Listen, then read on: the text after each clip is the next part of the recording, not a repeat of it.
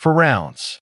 That's what she had in her magazine when she saw 9 men coming down the eastern slope toward the outpost. 0538 hours. October 11th, 2009. Cunard Province, Afghanistan. Cop avalanche. 40 meters by 30 meters of HESCO barriers and sandbags on a mountain in a valley where the ridgelines are so close that a gunshot on one side reaches the other in less than a second.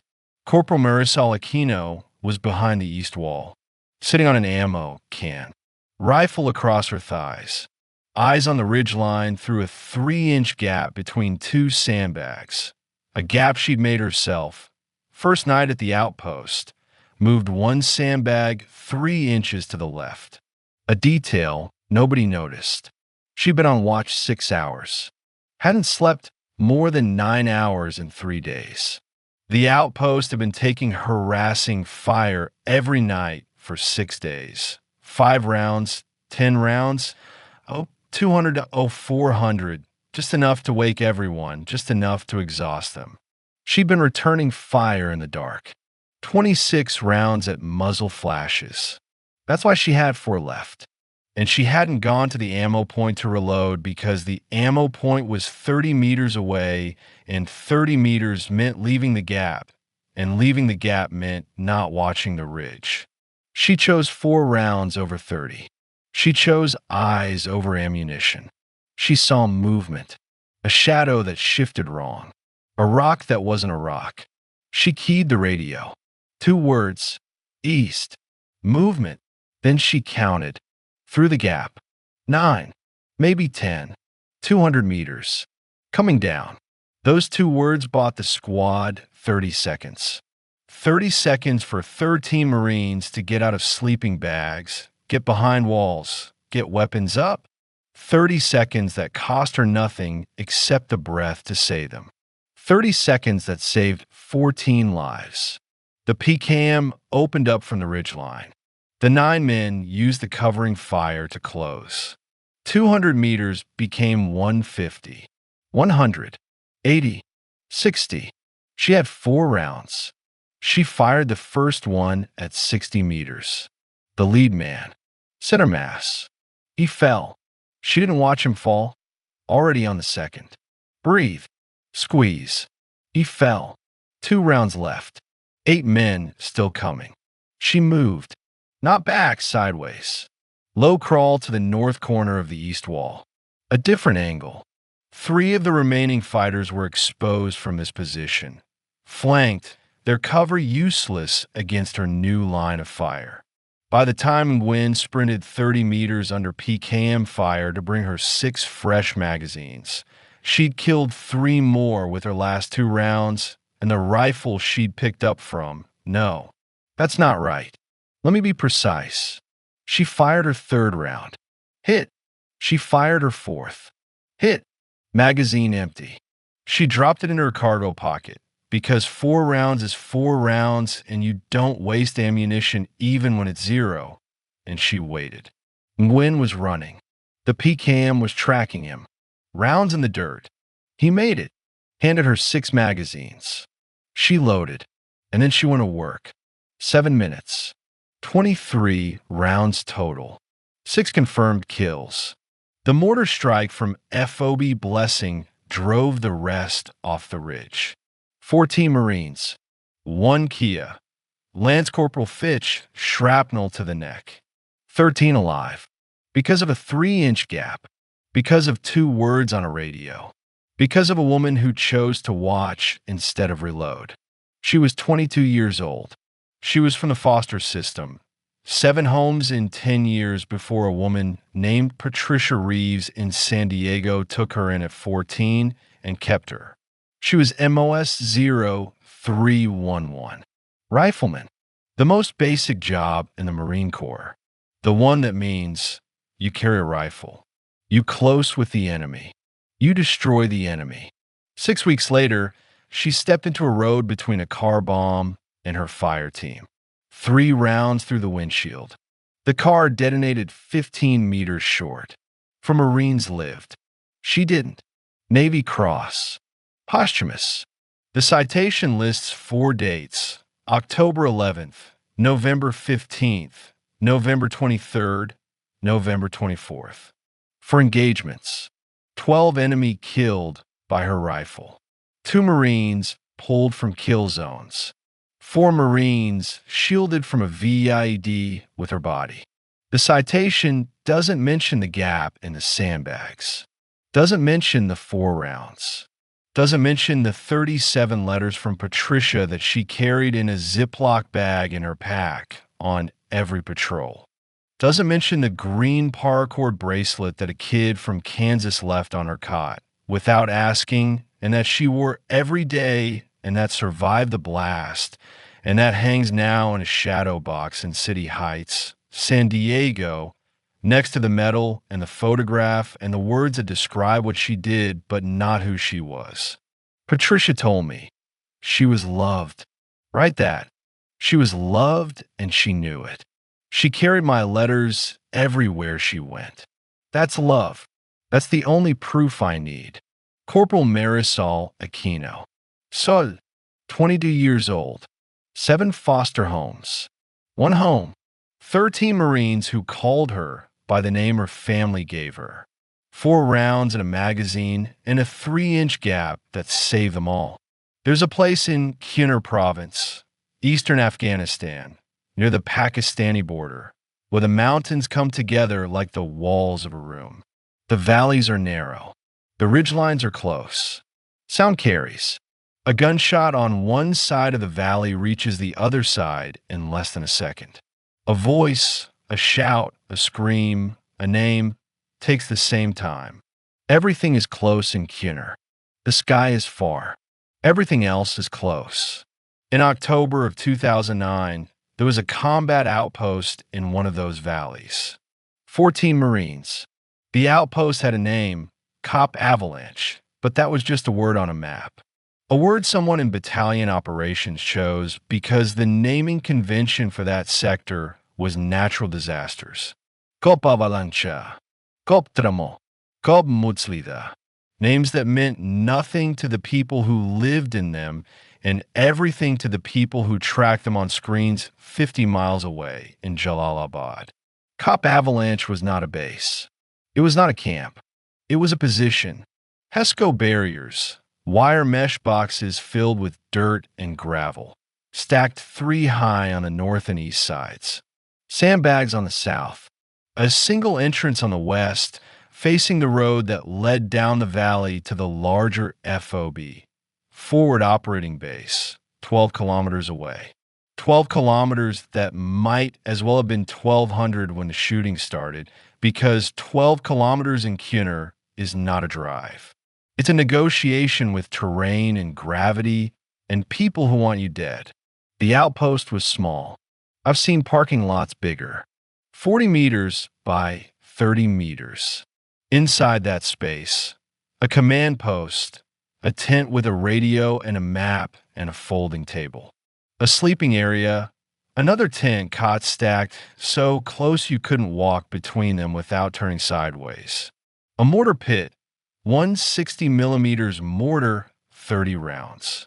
An ammunition point, locked Konex box, combination known to 3 people.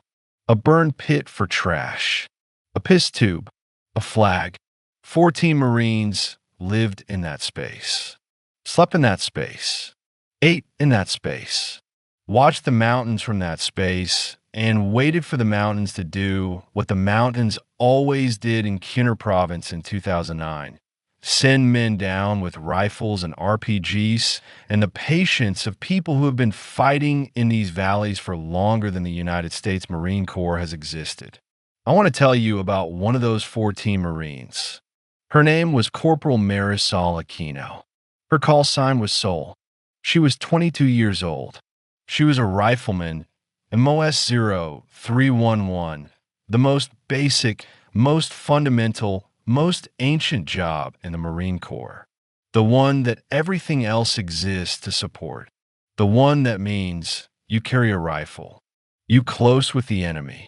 You destroy the enemy. That's it. That's the job.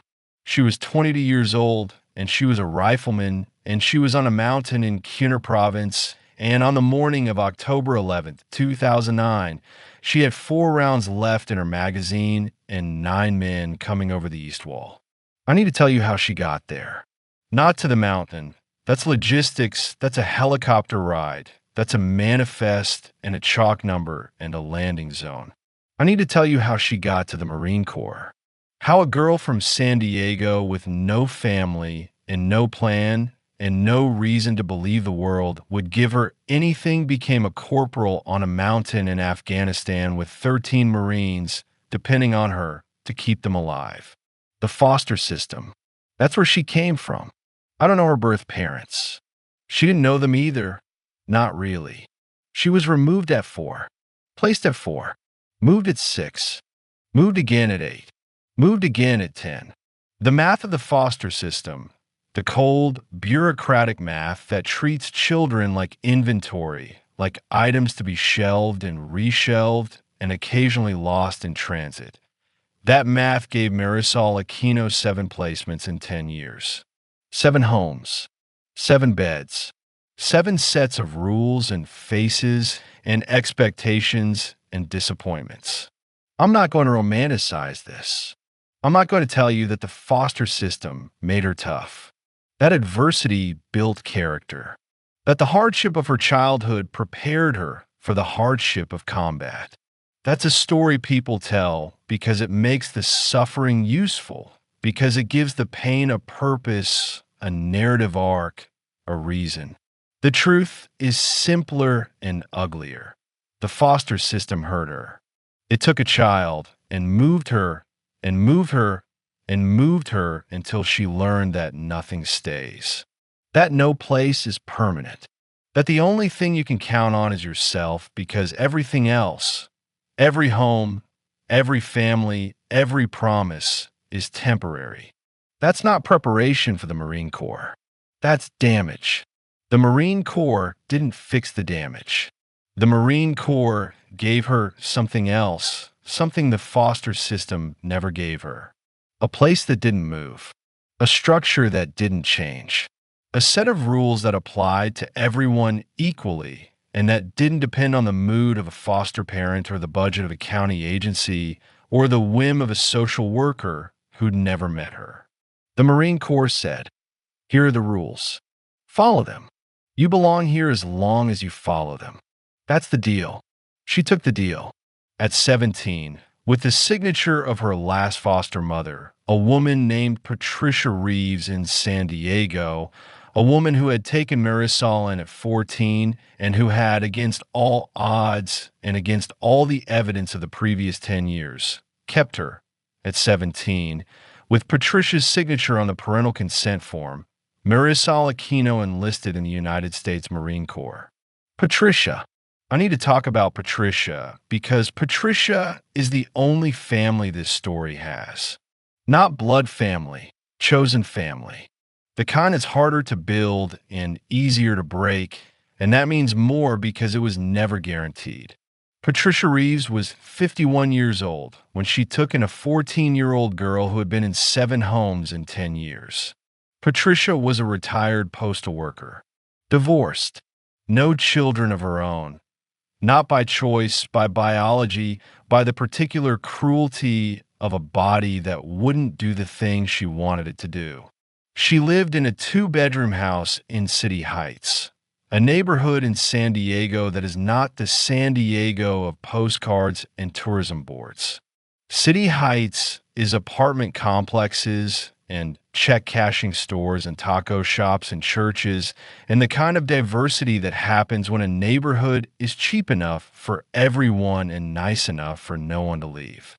Patricia took in foster children because she had a spare room and because the county paid $900 a month and because this is what she told me years later, sitting in that same house in City Heights with a medal and a shadow box on the wall, because she believed that a child who has been moved 7 times deserves to stop moving, deserves to have a room that is their room, a bed that is their bed, a door they can close and know that when they open it in the morning, the house will still be there.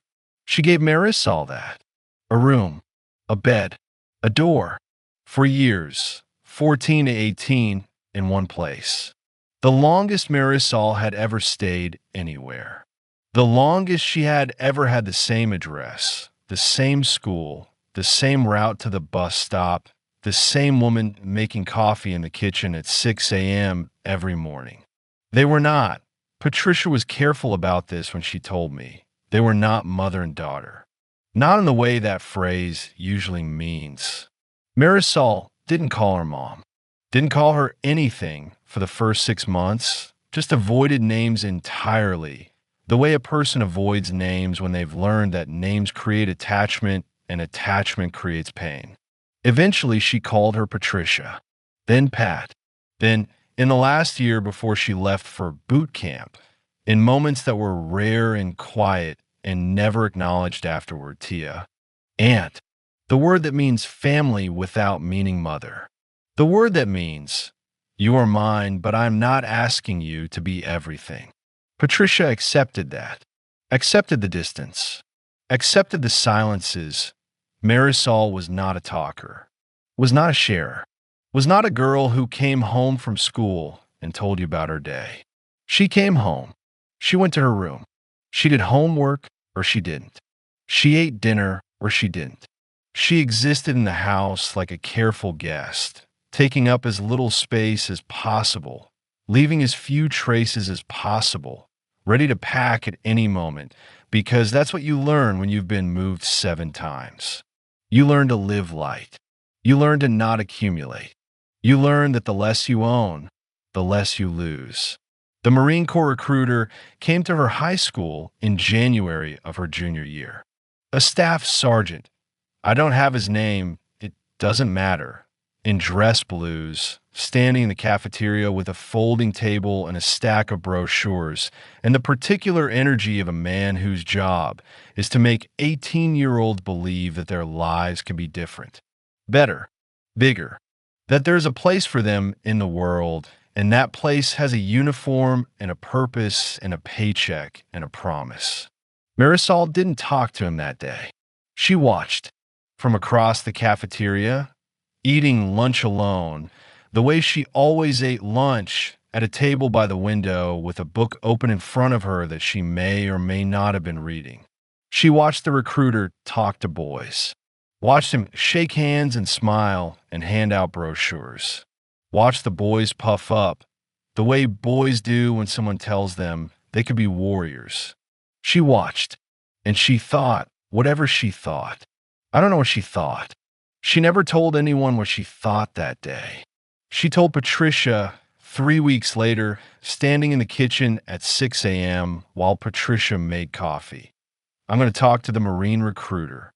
Patricia said, okay. Not why. Not. Are you sure? Not. That's dangerous. That's far away. That's not for girls. That's not for you. Just okay. Because Patricia understood, the way only a woman who has watched a child learn to trust can understand, that Marisol was not asking permission. She was informing. She was saying, I have made a decision. I am telling you because you're the person I tell things to. But the decision is made. Patricia said, okay. And then she said, do you want me to come with you? To the recruiter's office. Marisol said no. Then, after a pause that Patricia remembers as the longest pause of their 4 years together, but thank you. That's the most Marisol ever said about it. Thank you. 2 words. The same weight as a paragraph from someone else. Patricia heard them, kept them, still has them, 20 years later in a house in City Heights with a shadow box on the wall. Boot Camp, Paris Island, July 2005. I'm not going to describe boot camp because boot camp is boot camp, and every Marine who's been through it knows what it is, and every civilian who hasn't been through it can't understand it from description. I'll say this, Marisol was good at it. Not because she was strong, she was average physically. 5'4", 130 pounds, not an athlete, not a runner, not someone who'd played sports in high school. She was good at boot camp because boot camp rewards the things she already knew how to do. Follow rules. Exist in a structure. Do what you're told when you're told how you're told. Don't complain. Don't explain. Don't ask why. Just do. The foster system taught her that. Seven Homes taught her that. The ability to walk into a new environment and immediately identify the rules, the spoken rules and the unspoken rules, the official rules and the real rules, and follow them without friction. That's a survival skill. In the foster system, it keeps you from being moved again. In boot camp, it keeps you from being noticed. And not being noticed in boot camp is how you survive boot camp. She graduated. Not honor graduate, not top of her class, not the one they put on the poster. Middle of the pack. Invisible. Exactly where she wanted to be. School of Infantry. Camp Geiger, North Carolina. September 2005. This is where the story changes. This is where Marisol Aquino stops being a boot camp graduate and starts being something else. Something that in 2005 was still new. Still controversial, still the subject of arguments in Pentagon offices and congressional hearings and op-ed pages and the smoke pits of every infantry battalion in the Marine Corps. A female rifleman. I need to be precise about the timeline. In 2005, the Marine Corps had not yet officially opened ground combat MOSs to women. That didn't happen until 2016. But in 2005, there was a program, experimental, limited, quiet, that placed female Marines in provisional rifle squads for evaluation purposes. The program had a name that I won't use because the name was classified at the time, and the declassification is partial, and I don't want to get into a fight with HQMC about what I can and can't say about a program that ended 12 years ago. What I can say, Marisol was selected. Not volunteered, selected. The program identified female Marines with specific physical and psychological profiles and offered them the opportunity to attend the Infantry Training Battalion course alongside male Marines. Offered is a generous word. The offer came with the understanding that refusal was acceptable, but that acceptance was, in the words of the program coordinator, a lieutenant colonel whose name I also won't use, a chance to be part of something that will change the Corps forever. Marisol accepted. I don't know why. She never said why. Not to Patricia, not to her squad mates, not to anyone who later asked. She accepted the way she accepted everything, without explanation, without drama. Without the speech about breaking barriers or proving something or being the first. She just accepted, signed a paper, showed up. The Infantry Training Battalion course is 59 days. 59 days of patrolling, shooting, land navigation, tactics, weapon systems, combat conditioning, and the systematic transformation of a Marine who can follow orders into a Marine who can fight, who can close with the enemy, who can kill. She completed it. Not first, not last, middle, the same place she'd been in boot camp, the same invisibility, the same quiet competence that doesn't draw attention because it doesn't need attention. She shot expert, 238 out of 250 on the rifle range, which is not middle of the pack, which is top 10%, which is the one place where Marisol Aquino was not invisible, where her skill was undeniable and measurable and recorded on a scorecard that doesn't care about gender or background or foster homes or anything except, did the rounds hit the target? They hit the target. Every time. Fleet. First assignment.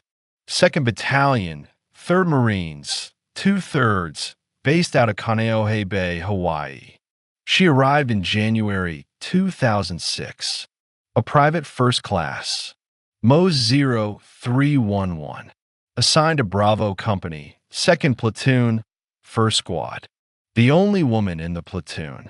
one of 3 women in the company, one of, at that time, fewer than 50 female 0311s in the entire Marine Corps.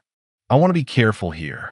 I want to be careful because the story of the only woman in an infantry unit has been told many times, and it has been told badly many times, and it has been told in ways that reduce the woman to her gender, that make the story about being female rather than about being a Marine. Marisol's story is not about being female. Her story is about being a rifleman who happened to be female and who happened to be on a mountain in Kunar province on a morning when being a rifleman was the only thing that mattered. But I can't ignore the context. The context is 2006, an infantry platoon, 40 Marines, 1 woman. The context is not everyone was happy about it. Not everyone believed she belonged. Not everyone had read the studies or attended the briefings or accepted the premise that a woman could do this job. Some of them, I'll be honest, some of them were waiting for her to fail, waiting for the proof that the program was wrong, that the experiment was a mistake, that biology is destiny, and that destiny says women don't carry rifles in infantry squads. She didn't give them the proof. She didn't fail. She didn't excel in a way that was dramatic or visible or story-worthy. She just performed. Day after day, patrol after patrol, training exercise after training exercise. She carried her weight, literally the 60 to 80 pounds of gear and ammunition and water that every rifleman carries. She kept up. She shot expert again on her annual qualification. She passed every physical fitness test. She did the job, and slowly, the way ice melts, not all at once, but molecule by molecule, until one day you look and it's water. Slowly, the platoon accepted her. Not all of them, not completely, but enough. Enough that by the time the deployment order came, 2/3 to Afghanistan, Kunar province, fall 2009, nobody in 2nd Platoon was asking whether Corporal Aquino belonged. They were asking whether she'd be in their fire team, because her fire team had the best shot in the platoon. And in Kunar, the best shot is the one you want next to you. The promotion. I should mention the promotion because it matters for what comes later. She made corporal in March 2008, 2 years and 2 months after hitting the fleet. That's fast. Not record-breaking fast, but fast. Corporal in the infantry means you lead a fire team. For Marines, you're responsible for their training, their discipline, their readiness, and, in combat, their lives.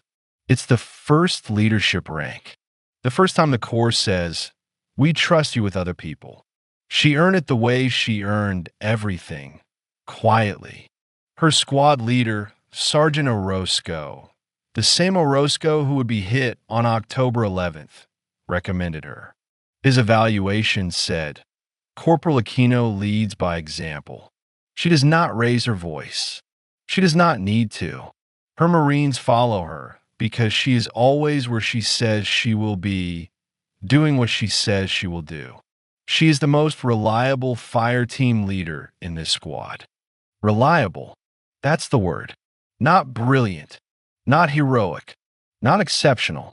Reliable. The word that means you can count on her. Every time. Without fail. Without drama. Without the uncertainty that comes with Marines who are talented but inconsistent, who are brave but unpredictable, who are good on their best day but absent on their worst. Marisol was the same every day. The same competence, the same quiet, the same presence. There, always there, where she said she'd be, doing what she said she'd do. Reliable. In combat, reliable is worth more than brilliant. Brilliant wins one fight. Reliable wins every fight. Brilliant is a story. Reliable is a career. Brilliant gets medals. Reliable keeps people alive. Pre-deployment workup, June through September 2009. 4 months of training, ranges, patrols, IED lanes, MOUT, military operations in urban terrain, live fire exercises, cultural awareness briefs, language training, basic Pashto phrases, stop, hands up, where are the weapons? We are here to help. The battalion trained as if Afghanistan was already trying to kill them, because in 4 months it would be. Marisol trained harder than the workup required. Not visibly harder. She didn't stay late at the gym or run extra miles where people could see her. She trained harder in the ways that mattered to her. Marksmanship. She shot every chance she got. Range days. She was first in line and last to leave. Dry fire practice in the barracks. Magazine out, chamber clear, sight picture, trigger squeeze, reset. Hundreds of repetitions. Thousands.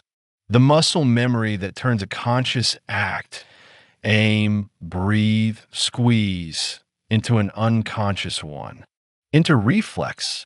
Into the thing your body does without your mind's permission, because your mind is too slow for combat and your body has to be faster.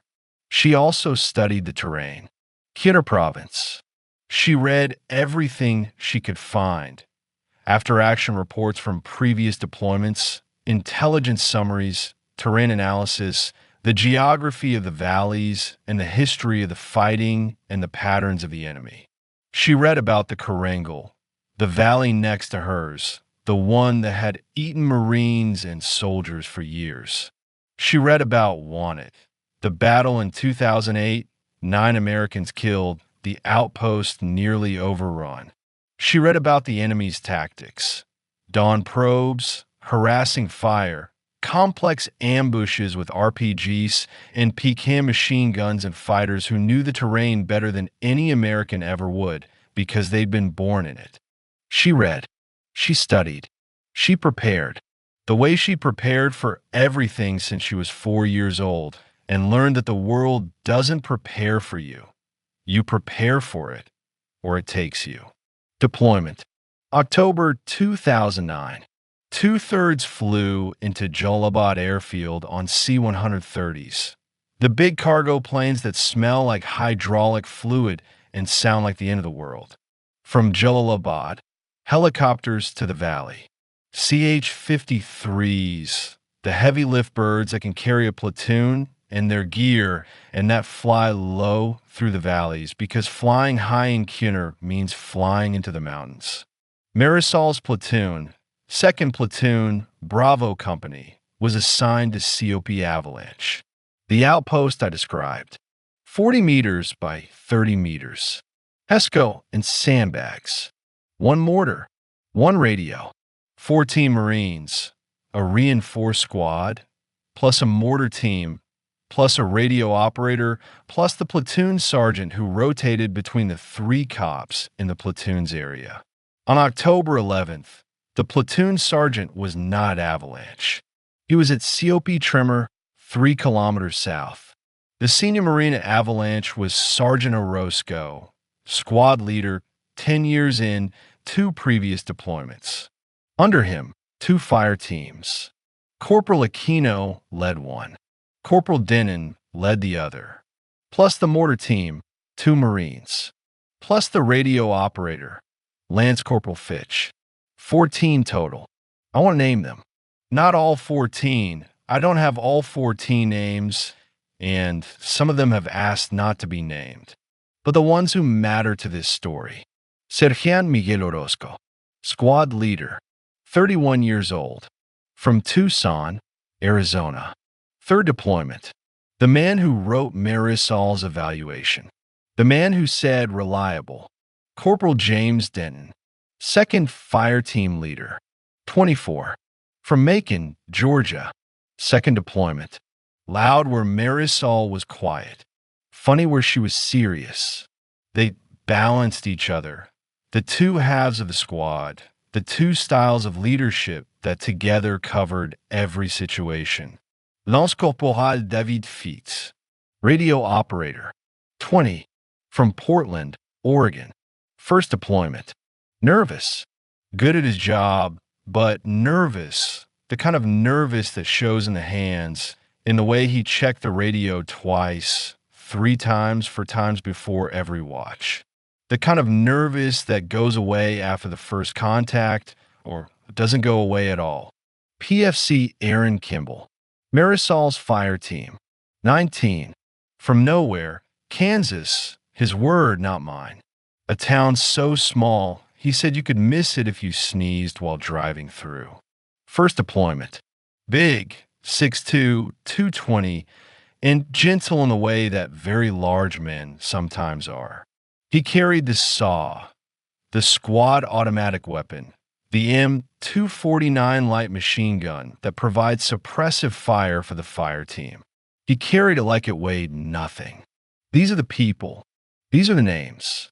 These are the Marines who were on the mountain on October 11th, 2009, when the sun came up and the shooting started and everything that mattered was decided in less than 20 minutes. The days before. I want to give you the days before, because the days before are where you understand what it felt like to be there. Not the battle, the waiting, the watching, the knowing that it's coming and not knowing when. Cop Avalanche had been receiving harassing fire for 6 days before October 11th. Harassing fire, sporadic, inaccurate, designed not to kill but to exhaust, to keep you awake, to keep you on edge, to make you spend ammunition and attention on threats that aren't real, so that when the real threat comes, you're tired and low on ammo and slow to react. 6 days, every night, between 0200 and 0400, the hours when the body is weakest, when sleep is deepest, when the cold in the mountains is worst. Shots. 5 rounds, 10 rounds, from the ridge line to the east. Never enough to justify a full response. Never accurate enough to hit anything. Just enough to wake everyone up, to get them out of their sleeping bags and into their gear and behind their weapons and staring into the dark for an hour until the shooting stopped and they could try to sleep again. 6 days of that. 6 days of broken sleep. 6 days of adrenaline spikes at 3 a.m., followed by the crash at 4 a.m., followed by the alarm at 5 a.m. for morning stand-up. The daily ritual where every Marine is awake and armed and in position because dawn is when attacks come. Dawn, when the light is changing and the shadows are long and the enemy can move in the gray space between dark and light. By October 10th, the day before, the squad was tired. Not exhausted. Marines don't use that word. It implies weakness. Tired. The kind of tired that lives behind the eyes and in the joints, and that makes everything take a half-second longer than it should. The kind of tired that kills people in combat, because a half-second is the difference between seeing the muzzle flash and not seeing it, between ducking and not ducking, between living and not. Marisol noticed. She noticed because noticing was her job. Fire team leader, responsible for 4 Marines, responsible for their readiness, which means responsible for knowing when they're not ready. She noticed that Kimball was slower on his weapons checks, that her other Marines, PFC Torres and Lance Corporal Nguyen, were quieter than usual, the quiet of conservation of bodies saving energy because there isn't enough to waste on talking. She adjusted, quietly, without announcement. She took extra watch, an hour here, an hour there, letting her Marines sleep while she sat behind the east wall with her rifle across her knees and watched the ridgeline. She didn't tell a Roscoe, didn't ask permission, just did it, because that's what fire team leaders do. They absorb. They take the weight so their Marines don't have to carry it. They trade their own rest for their team's readiness because the team's readiness is more important than any one person's sleep. By October 10th, Marisol had slept 9 hours in 3 days. 9 hours. 3 hours a night. Not enough. Not nearly enough, but enough for her. Enough because she'd learned long before the Marine Corps, long before Afghanistan, that you can function on less than you need, that the body complains, but the body obeys. That sleep is a luxury and survival is a requirement. And when you can't have both, you choose survival. She chose survival. Every night. For 6 nights. And on the 7th morning, October 11th, she was awake before the shooting started. Not because she heard it coming, because she was already on watch, already behind the east wall, already looking at the ridge line where the harassing fire had come from for 6 nights. Already there. 538. The light was gray, not dark. The sun was below the ridge line, but the sky was lighter than the valley. The mountains to the east were black silhouettes against a sky that was turning from purple to blue. The air was cold, 40 degrees, maybe less. October in Kjønner at elevation. Her breath was visible. Short clouds that disappeared before they reached the top of the sandbag wall. She was sitting, not standing. You don't stand behind a wall in Kjønner because standing means your head is above the wall and your head above the wall means a target. She was sitting on an ammo can, her back against the Hesco barrier, her rifle across her thighs, her eyes on the ridgeline through a gap between 2 sandbags. A gap she'd made herself. Moved one sandbag 3 inches to the left on her first night at Avalanche, creating a narrow observation slot that let her see the eastern approach without exposing more than her eyes. 3 inches. A detail. A nothing. A thing that no one noticed and no one commented on, and that, on the morning of October 11th, meant she saw them 30 seconds before anyone else did. She saw movement. Not people, not yet. Movement. A shadow that shifted wrong. A rock that wasn't a rock. The particular disturbance in the visual field that the human eye registers before the conscious mind identifies. The ancient, pre-verbal alarm that says, something is there that wasn't there before. She keyed her radio. The squad internal frequency. Short range. Just the 14 Marines on the COP. She said 2 words. East. Movement. That's all. No elaboración. No description. No estimate of enemy strength or direction of approach or recommended action. Just east. Movement. The minimum information needed to wake up every Marine on the outpost and point them in the right direction. Orozco was awake in 3 seconds. Out of his sleeping bag in 5. Behind the north wall in 10. He keyed back. How many? She didn't answer immediately. She was counting. Through the gap, 3 inches wide, sandbag to sandbag, she was counting shadows. Counting the movements that weren't rocks. Counting the things that were men with rifles moving down the eastern slope toward the outpost. 9, she said. Maybe 10. 200 meters. Coming down. 9. Maybe 10. 200 meters. Coming down the slope toward 14 Marines who'd slept 3 hours and who had. She knew this. She'd checked the ammunition point the night before. The way she checked it every night. 400 rounds of 5.56 per Marine, 200 rounds of 7.62 for the SAW, 30 mortar rounds, and whatever was in their magazines. Her magazine. She checked it. Habit, the automatic, unconscious check that every rifleman does 100 times a day. Hand to the magazine well. Feel the magazine seated. Pull it slightly. Feel the weight. The weight tells you how full it is. A full magazine, 30 rounds, has a specific heft. 20 rounds feels different. 10 feels different. 4 feels different. 4. She had 4 rounds in her magazine. 4. Because she'd been on watch for, she calculated 6 hours. Because during those 6 hours, at 0300, the harassing fire had come again. 5 rounds from the ridgeline. And she'd return fire, controlled, aimed, single shots at muzzle flashes. She fired 26 rounds at muzzle flashes in the dark. 26 rounds that may or may not have hit anything. You don't know, in the dark, at 200 meters, shooting at flashes that last a quarter second. You shoot because shooting back is what you do. Because not shooting back means the enemy knows you're not watching. Because the sound of your rifle is a message. We're awake. We see you. Don't come closer. 26 rounds fired. For remaining. And she hadn't reloaded because this is the thing. This is the detail that matters, because the ammunition point was on the west side of the outpost, 30 meters away, and she was on the east wall. And between the east wall and the ammunition point was open ground.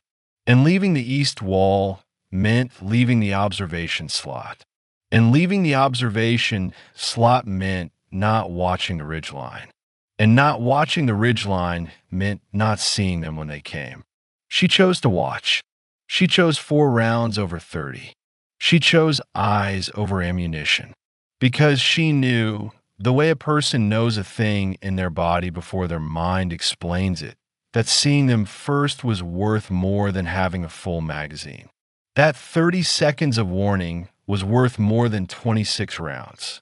That the time between seeing them and them reaching the wall was the time that saved everyone, not the bullets. The time. She was right. 30 seconds.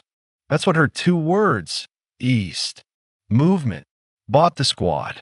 30 seconds of preparation before the first shots hit the outpost. 30 seconds for Orozco to get to the wall. For Denton to wake his fire team. For Fitch to key the radio to battalion frequency and start calling for support. For Kimball to rack the charging handle on the saw and point it east. 30 seconds. The price, 4 rounds. 5:38. The first shots came from the east, not from the 9 men on the slope, but from the ridgeline above them. Covering fire.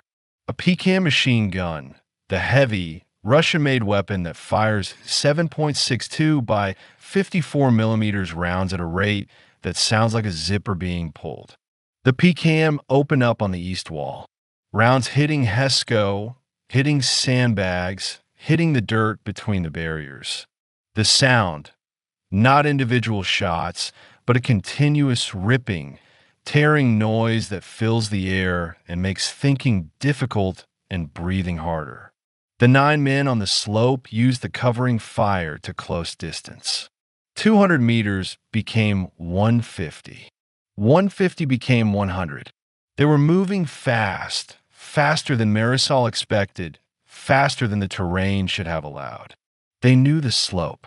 They'd walked it before. They'd rehearsed this, the approach, the timing, the coordination with the PKM on the ridge. This wasn't a probe. This wasn't harassing fire. This was an assault. A planned, rehearsed, coordinated assault on a 14 Marine outpost at dawn. Marisol's first thought, she told me this later in a hospital bed at Landstuhl, Germany, 6 weeks after this morning, 2 days before she went back. Her first thought was, they've been watching us for 6 days. The harassing fire wasn't harassment. It was reconnaissance. They were timing our responses, counting our weapons, mapping our positions. 6 days of watching. And now they're coming. Her second thought, 4 rounds. Her third thought, okay. Orozco reached the east wall. He was behind the Hesco barrier to her left, 3 meters away, close enough to hear without the radio. He had his rifle up, full magazine. He'd reloaded before coming out, the way you're supposed to, the way the training says. He looked at her. She looked at him. He saw, I don't know how, in the gray light, in the chaos of the PKM, rounds hitting the wall above them. He saw something in her face. Something that made him ask, how many rounds? She said, 4. He didn't say anything for a moment. The PKM was still firing.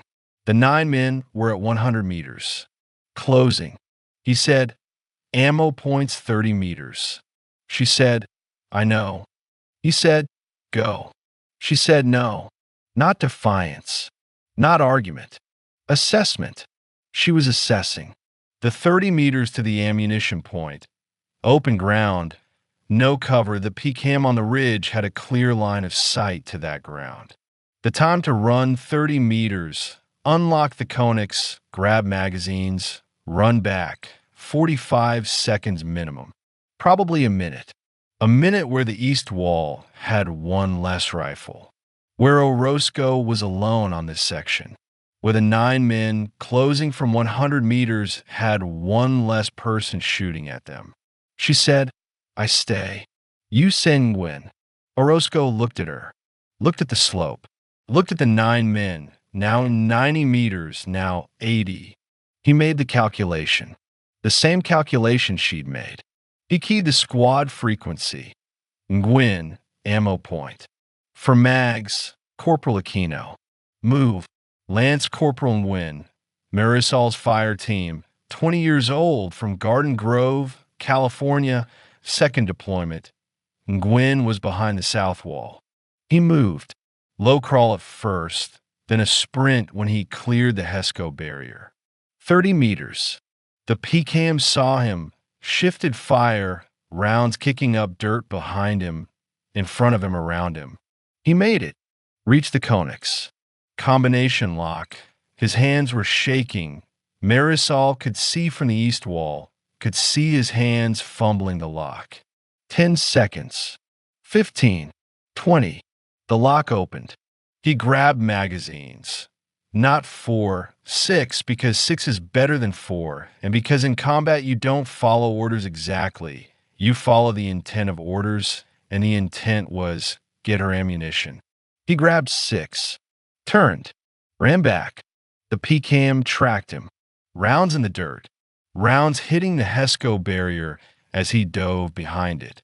He rolled, came up on his knees, crawled the last 5 meters to Marisol's position. Handed her the magazines. His hands were still shaking. She took them. Said good. One word. Good. Not thank you. There's no time for thank you. Not you did well. He knows he did well. He's alive. Just good. Acknowledgement. The word that says, I saw what you did. It mattered. Now get back to your position. He went back. Marisol reloaded. Dropped the magazine with 4 rounds. Didn't throw it away, dropped it in her cargo pocket because 4 rounds is 4 rounds and you don't waste ammunition in combat, even when you have more. Seated a fresh magazine, 30 rounds, charged the rifle, pulled the charging handle, let it snap forward, chamber round, flipped the selector from safe to semi, brought the rifle up to her shoulder, found the sight picture through the gap in the sandbags. The 9 men were at 60 meters. I need to stop here. I need to stop and explain something about distance and shooting because distance matters and most people don't understand how much it matters. 60 meters is close. 60 meters is if you're standing in a parking lot, the distance from one end to the other. 60 meters is the distance where you can see a person's face clearly, where you can see their expression, where you can see if they're scared or angry or determined, where you can see their eyes. 60 meters is also the distance where a rifle, an M4 carbine, the weapon Marisol was holding, is absolutely, undeniably, lethally accurate. At 60 meters, if you can see it, you can hit it. If you can hit it, you can kill it. There is no excuse for missing at 60 meters. No wind, no elevation, no Kentucky windage or holdover or any of the calculations that matter at 300 meters or 500 meters. At 60 meters, you point and you shoot and the round goes where you pointed. Marisol pointed at the lead man, the one in front, the one moving fastest, the one who would reach the wall first if no one stopped him. She put the front sight post on his chest. Center mass, the largest target, the easiest to hit, the place where a hit means a stop. She breathed out, half a breath, not all the way, just enough to steady. She squeezed the trigger. The rifle fired. The man fell. She didn't watch him fall, didn't confirm the kill, didn't wait to see if he got back up. She was already moving to the next target. The second man, 3 meters behind the first, still moving. Front sight post. Center mass. Breathe. Squeeze. The rifle fired. The second man fell. 8 left. 50 meters. Orozco was firing. Denton was firing from the south wall. He'd moved his position to get an angle on the eastern approach. Kimball's saw opened up. The sound different from the rifles, heavier, faster, the 200-round belt feeding through the weapon in bursts of 5, 6, 7 rounds. The combined fire from the outpost, 4 rifles, 1 saw, hit the slope like a wall. The 8 remaining men stopped advancing, went to ground, found cover behind rocks, behind folds in the terrain, behind the things that mountains provide to people who know how to use them. The PCAM on the ridge increased its rate of fire. Not in Nguyen anymore, at the east wall, at Marisol and Orozco. Sustained fire. The rounds hitting the HESCO barrier above them, hitting the sandbags, hitting the dirt. The sound was overwhelming, not just loud, but physical, of pressure in the chest, in the ears, in the space behind the eyes where fear lives. Marisol didn't move, didn't duck, didn't flinch. She stayed behind the gap in the sandbags, 3 inches wide, her observation slot, the slot she'd made on her first night, and she looked for targets. The 8 men were down, but they weren't gone. They were still there, still a threat, still moving. Low crawls, short rushes from cover to cover, the trained movement of fighters who know what they're doing. She found one, a man moving from behind a rock to behind a fold in the ground. 3 seconds of exposure. She tracked him, led him, put the front sight post ahead of his movement, the way you lead a bird when you're hunting, the way her foster father. No, not her foster father. She didn't have a foster father who taught her to hunt. She learned to shoot in the Marine Corps, learned to lead targets on the range of Quantico, the way the instructors taught her. Lead the target. Squeeze when the target enters the sight picture. She squeezed. The man fell. Didn't get up. 7 left. 5:41. 3 minutes since the first shots. 3 minutes that felt like 30. Marisol had fired 8 rounds. 8 rounds, 3 confirmed hits. The math, 22 rounds remaining in her current magazine. 5 magazines in her cargo pockets. 172 rounds total. The 7 remaining men were at 40 meters. 40 meters and not advancing. Pinned by the fire from the outpost. Unable to move forward without being hit. Unable to retreat without being hit from behind by their own PKM gunner who was still firing, still covering, still expecting them to reach the wall. Stalemate. Temporary. The kind of stalemate that lasts until one side runs out of ammunition or one side gets reinforcements or one side makes a mistake. Marisol didn't wait for a mistake. She made a decision. She keyed her radio, fire team frequency, just her 4 Marines. She said, Nguyen, Torres, shift to south wall. Denton sector. Kimball, stay on saw. I'm moving to north corner. Overlapping fire on the eastern approach. 30 seconds. She didn't wait for acknowledgement. She moved. Low crawl from her position behind the gap to the north corner of the east wall. 10 meters of open ground behind the wall, but still exposed to the PKM if the gunner adjusted his aim. She crawled. Fast. Elbows and knees, and the rifle cradled in her arms. She reached the corner, set up behind a different gap. This one natural, a space between a HESCO barrier and a sandbag that someone had stacked wrong and never fixed. From the north corner, she had a different angle. The 7 men who were pinned at 40 meters from her original position, they were behind cover. From the north corner, 3 of them were exposed, flanked. The cover that protected them from Orozco's fire didn't protect them from hers. She took the shot. The first man, exposed from the waist up, crouched behind a rock that was too small. She aimed for the shoulder, hit the shoulder. He went down, stayed down. 6 left. The second man saw where the shot came from, turned, raised his rifle toward her position. She shot him before he could fire. Center mass. He fell. 5 left. The PCAM shifted. The gunner on the ridge had seen her muzzle flash from the north corner. He adjusted his fire, away from Orozco's position, toward hers. Rounds hitting the HESCO barrier above her head, hitting the sandbag next to her, hitting the ground in front of her. She pulled back, not far, just enough to break line of sight, just enough that the PCAM rounds were hitting the barrier instead of the gap she was shooting through. She waited. 5 seconds. 10. The PCAM was still firing, but the angle was wrong. The gunner was shooting at where she'd been, not where she was. She moved back to the gap, found a target. One of the 5 remaining men, trying to move, trying to use the PCAM fire as cover to advance. She shot him. He fell. For left. 5:43, 5 minutes. Marisol had fired 15 rounds. 15 rounds, 6 confirmed hits. 6 men down. For men remaining at 40 meters. The PCAM still firing. The outpost still holding.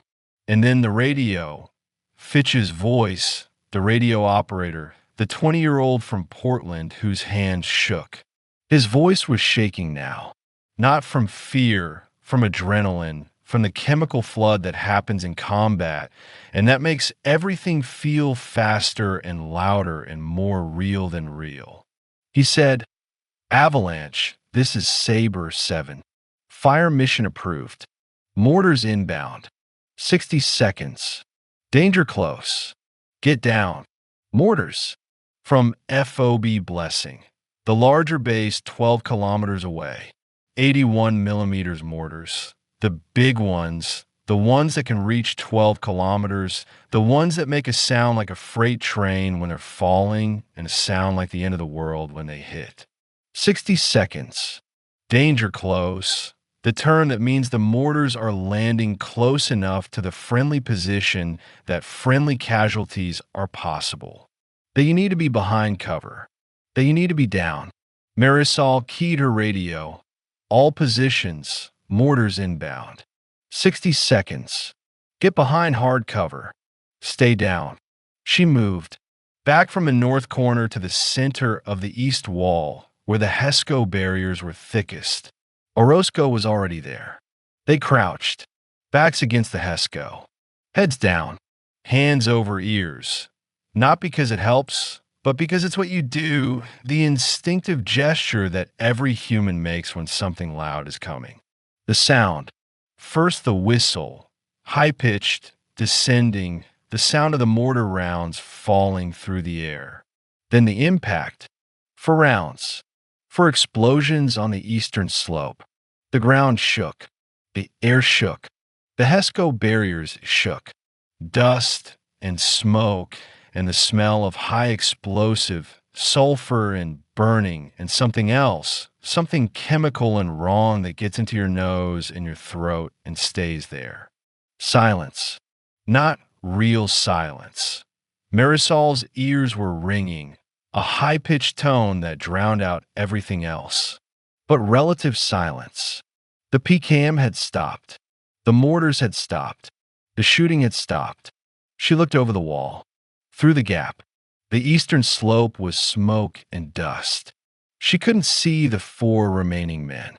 Couldn't see anything except gray and brown and the shapes of rocks that might be rocks or might be bodies. She waited. 10 seconds. 20. The smoke cleared. She saw movement. 1 man, standing, running, retreating up the slope, toward the ridgeline. Then another. Then a third. 3 men running. The fourth, she didn't see the fourth. Either dead or too injured to run or smart enough to stay down and play dead until the Americans stopped watching. 3 men retreating.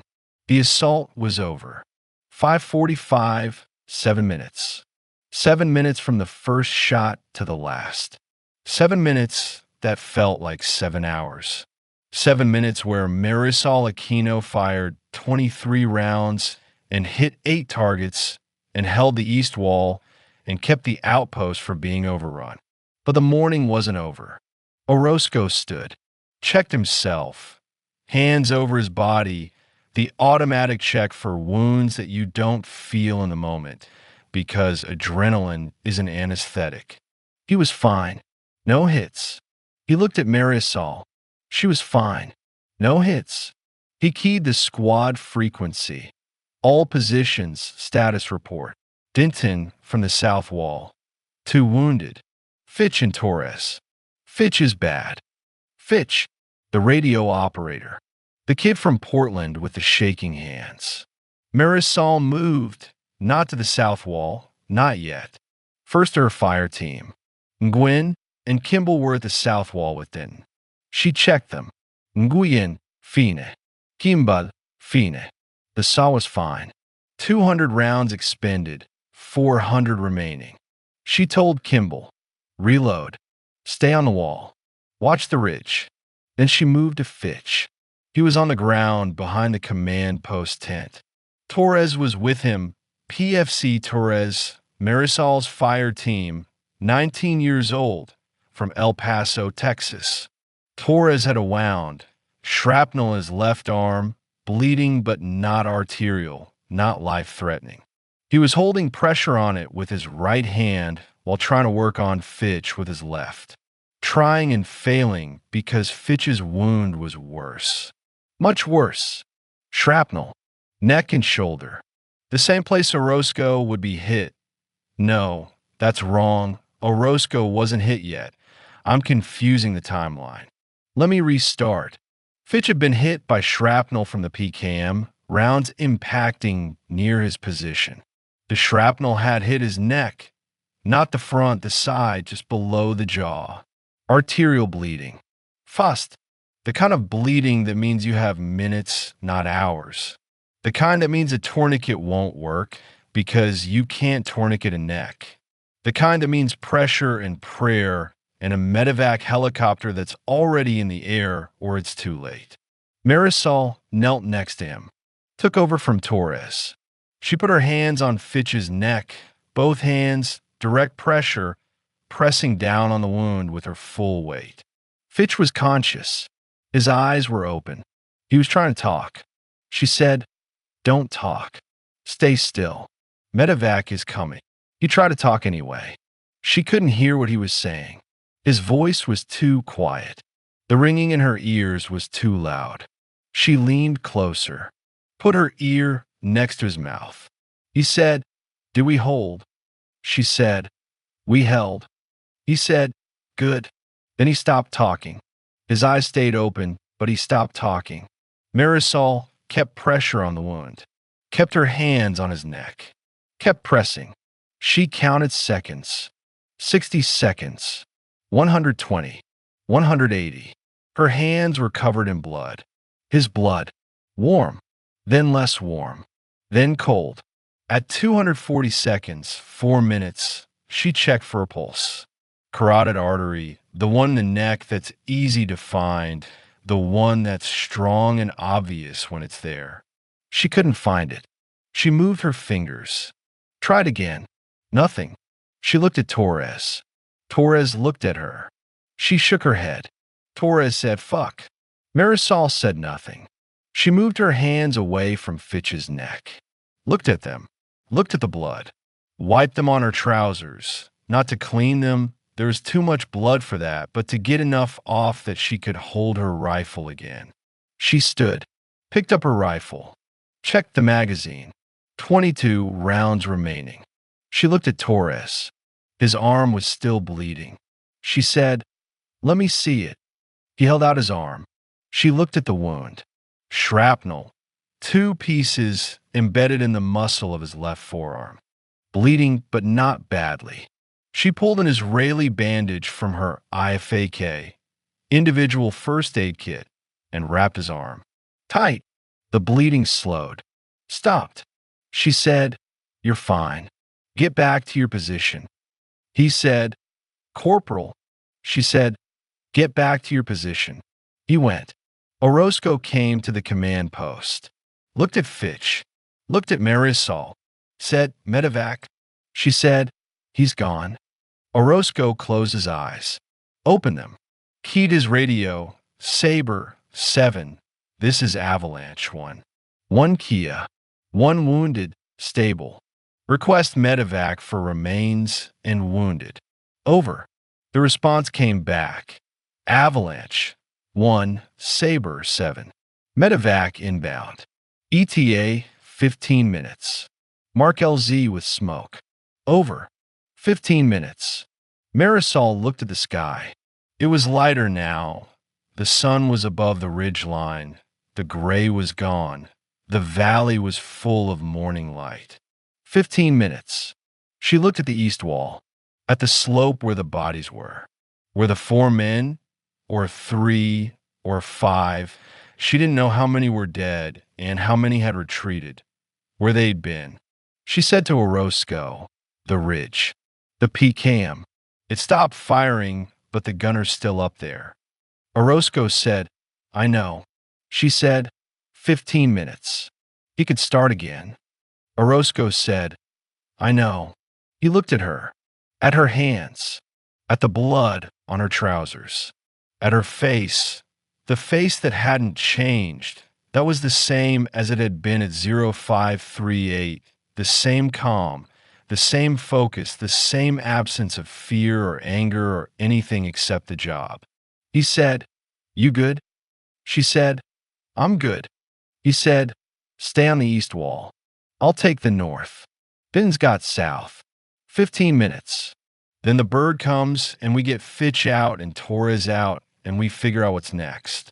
She said, "Roger."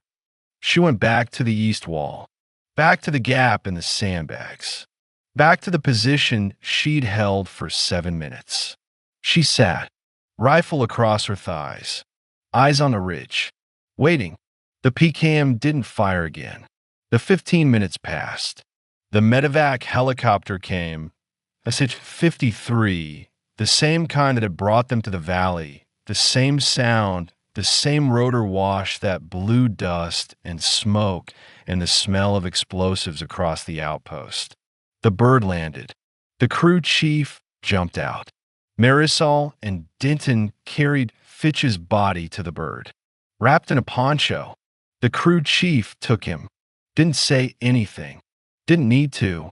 Torres walked to the bird on his own. His arm was bandaged. He was fine. He'd be back in a week. The bird took off. The dust settled. The outpost was quiet. 600. The sun was fully up. The valley was bright. The mountains were brown and gray, and the sky was blue, and everything looked normal. Looked like a place where nothing had happened. But something had happened. Fitch was dead. 8 enemy fighters were dead or wounded. The outpost had held. 14 Marines had become 13. Marisol sat behind the east wall. She hadn't moved since the medevac left. She was still sitting, still watching the ridge, still waiting for the PKM to start again. It didn't start. The ridge was quiet. The valley was quiet. The war was quiet. For now, for this moment, for the space between one fight and the next. Orozco came to her position, sat down next to her, didn't say anything for a long time. Then he said, "You know what you did?" She said, "My job." He said, "You held the wall. You kept them off us. You gave us time." She said, "We all held." He said, "Yeah, but you." He stopped, started again. "You saw them first. You called it. You moved to the flank. You took 6 of them down. 6, with 23 rounds." She didn't say anything. He said, I'm putting you in for a medal. She said, don't. He said, why not? She said, because Fitch is dead. Because medals are for when everyone comes home. We didn't all come home. Orozco looked at her, looked at the ridge, looked back at her. He said, Fitch died because shrapnel hit him in the neck. Not because you didn't do your job. Not because anyone didn't do their job. He died because that's what happens in combat. People die. Good people. People who did everything right. They die anyway. That's not your fault. That's not anyone's fault. That's just what it is. She said, I know. He said, do you? She didn't answer. He said, I'm putting you in for a medal. You can refuse it if you want, but I'm writing it. Because what you did this morning, that's what medals are for. Not for coming home. For keeping other people alive long enough to come home. You did that. Fitch didn't make it, but the other 12 did. Because of you. Because you saw them first. Because you held the wall. Because you're the best shot in this platoon, and you put 23 rounds exactly where they needed to go. She said, okay. He said, okay. She said, okay. Write it. I won't refuse it. He stood, looked down at her, said, get some rest. I'll take the watch. She said, I'm fine. He said, that's an order, Corporal. She stood, handed him her rifle, walked to the sleeping tent, lay down on her cot, closed her eyes, didn't sleep, just lay there, staring at the tent ceiling, thinking about Fitch, about his last words. Did we hold? Yes. They held. He didn't, but they did. She lay there for 30 minutes. Then she got up, went back to the east wall. Orozco was still there. She said, I'll take it back. He said, you're supposed to be resting. She said, I rested. He looked at her, knew she was lying, knew she hadn't slept, knew she wouldn't sleep. He handed her the rifle, said, okay. She sat, watched the ridge. The ridge was quiet. The valley was quiet. The war was quiet. For now, 6 weeks. That's what she had. 6 weeks between October 11th and November 23rd. 6 weeks of life on a mountain in Cunha province. 6 weeks of patrols and watches and meals from brown plastic bags and cold nights, and the particular silence of a place where someone died and where everyone remembers and no one talks about it. I want to give you those 6 weeks. Not because they contain another battle. They do, but that comes later. Because those 6 weeks are where you see who Marisol Aquino was when she wasn't fighting. When she was just living, existing, being a 22-year-old woman on a mountain in Afghanistan with 12 other Marines and the memory of a dead radio operator and the knowledge that the mountains were still watching. The first week after October 11th was quiet. Not peaceful quiet. The difference matters. Peaceful means safe. Quiet means waiting. The enemy had lost 8 fighters in 7 minutes. They'd lost their PCAM position to the mortar strike. They needed time to regroup, to resupply, to bring new fighters down from the border areas where Pakistan meets Afghanistan and where the lines on maps mean nothing to the people who cross them. The squad knew this. Orozco knew this. He briefed them the morning after the attack. They'll be back. Not today, not this week, but they'll be back. They lost people. They'll want payback. They'll want to prove they can take this outpost. So we stay sharp. We stay ready. We don't get comfortable. Nobody got comfortable. But the body has its own logic. The body says, you survived. The danger is past. Rest now. The body doesn't understand they'll be back. The body understands alive. Safe. Sleep. And so, despite everything, despite the knowledge, despite the briefing, despite the memory of Fitch's blood on her hands, Marisol slept. That first night after the attack, she slept 6 hours, uninterrupted. the deepest sleep she'd had since arriving at Avalanche. The body's reward for surviving. The body's way of saying, you earned this. She woke at 0400, went to the east wall, took the watch, sat in her position, the same gap in the sandbags, the same ammo can. She watched the ridge. Nothing moved. The mountains were black against the sky that was just beginning to lighten. She sat there for 2 hours, alone, thinking whatever she thought. I don't know what she thought. She never told me. She never told anyone. Torres came back after 4 days.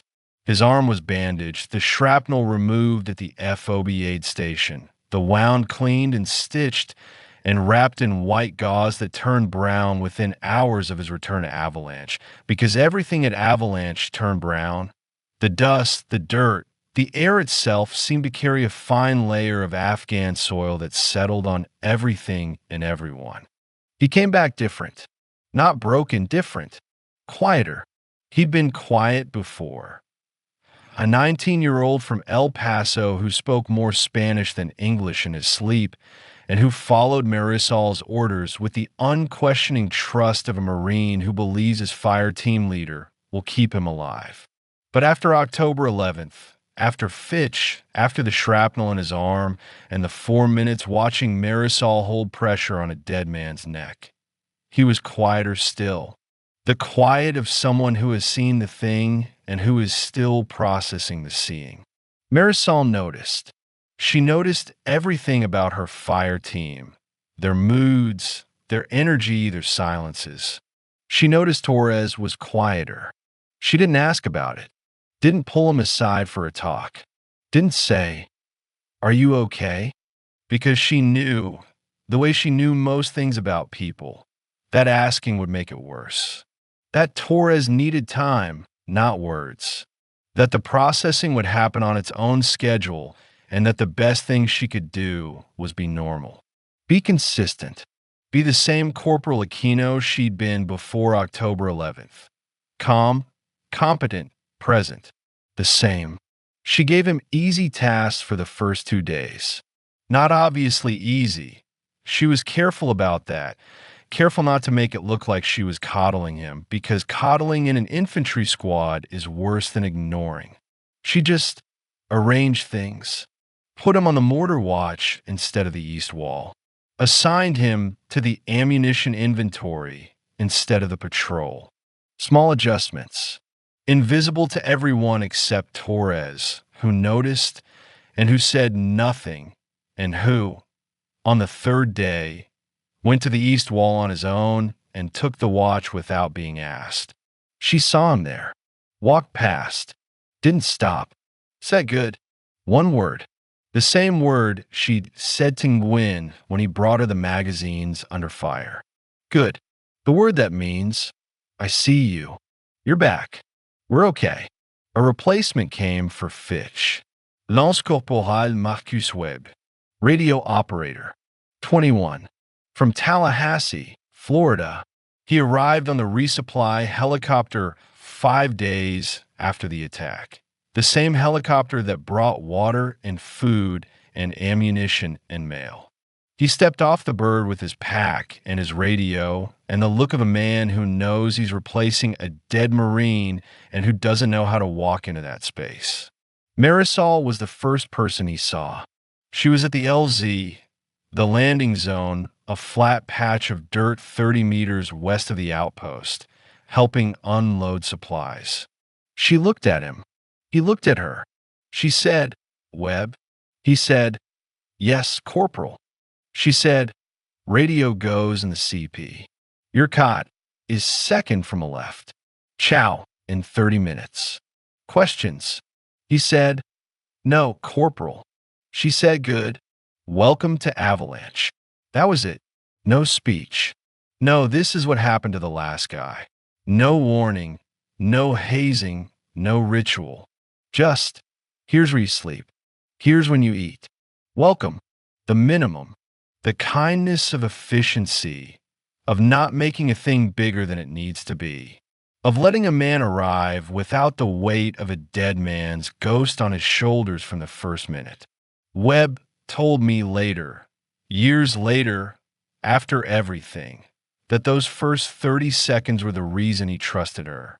Not the battle, not the medal, not the stories he heard from the other Marines about October 11th. Those 30 seconds, the way she looked at him like a person, not a replacement. The way she said, welcome, like she meant it. The way she didn't make him carry Fitch's death before he'd even set down his pack. The patrols. I should tell you about the patrols because the patrols were the job. The daily, grinding, repetitive job of an infantry squad on a combat outpost in Kunar province. Every day, every single day, the squad sent out a patrol. Sometimes 2, 4 to 6 Marines, moving through the valley, through the villages, through the terrain that the enemy used and that the Marines needed to deny them. The purpose of the patrols was presence. Not combat, presence. The message, we are here. We are watching. We know this ground. We walk it every day. You cannot move through this valley without us knowing. That's the message. The reality was more complicated. The enemy moved through the valley constantly, and the Marines knew it, and the enemy knew the Marines knew it, and everyone operated in this shared fiction of control that neither side fully believed, but that both sides maintained because the alternative was constant fighting, and constant fighting exhausts everyone. Marisol patrolled every other day, her fire team's rotation, for Marines moving through terrain that wanted to kill them. Not the enemy, the terrain itself. The slopes were steep. The trails were narrow. The rocks were loose. A twisted ankle, a broken leg, a fall. These were as dangerous as bullets in Kunar. More dangerous. Maybe because bullets are fast and falls are slow, and the helicopter that comes for a gunshot wound comes faster than the one that comes for a broken femur. She led from the front. Not always. Doctrine says the fire team leader moves where he can best control the team, which is usually second in the formation. But Marisol led from the front more often than doctrine prescribed because she trusted her eyes more than anyone else's. Because she'd seen the 9 men on October 11th 30 seconds before anyone else. Because those 30 seconds had saved lives. And because she believed, correctly or not, rationally or not, that her eyes on the terrain were worth more than her position in the formation. Orozco noticed, said nothing. He understood. He'd been in combat long enough to know that some Marines develop superstitions after their first fight, rituals, habits, beliefs that may not be tactically sound, but that keep the Marine functioning. Marisol's superstition was her eyes, her belief that if she was looking, she would see, that if she saw, she could act, that if she acted, her people would live. It wasn't rational. It was faith. The faith of a woman who had kept 12 Marines alive by seeing 9 men 30 seconds before they reached the wall. He let her lead from the front. The letters. Patricia wrote every week. Handwritten, not email, not a phone call. Handwritten letters on lined paper in a blue envelope with stamps that cost more than they should because mail to Afghanistan goes through a system that is slow and expensive and unreliable. Patricia wrote every week. Marisol received the letters every 10 to 14 days. The delay of logistics, of helicopters, of the supply chain that connects a house in City Heights to a mountain in Kunar.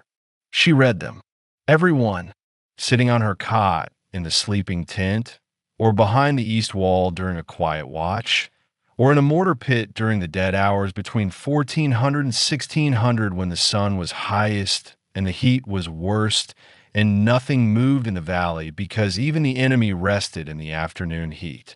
Patricia's letters were, I've read them. Patricia showed them to me. Copies she kept, written in the same hand, the same blue ink, the same line paper. They were ordinary, deliberately, carefully ordinary. What she ate for dinner, what the neighbor's dog did, what was on sale at the grocery store, the weather, the traffic, the small, meaningless details of a life in San Diego that had nothing to do with war and everything to do with normal, with the world that still existed outside the valley, with the reminder that somewhere 12,000 miles away, a woman was making coffee at 6 a.m. and thinking about a girl on a mountain and writing it down because writing it down was the only thing she could do. Marisol didn't write back. Not often. Once a month, maybe less. Short letters. 3 or 4 sentences. I'm Fine.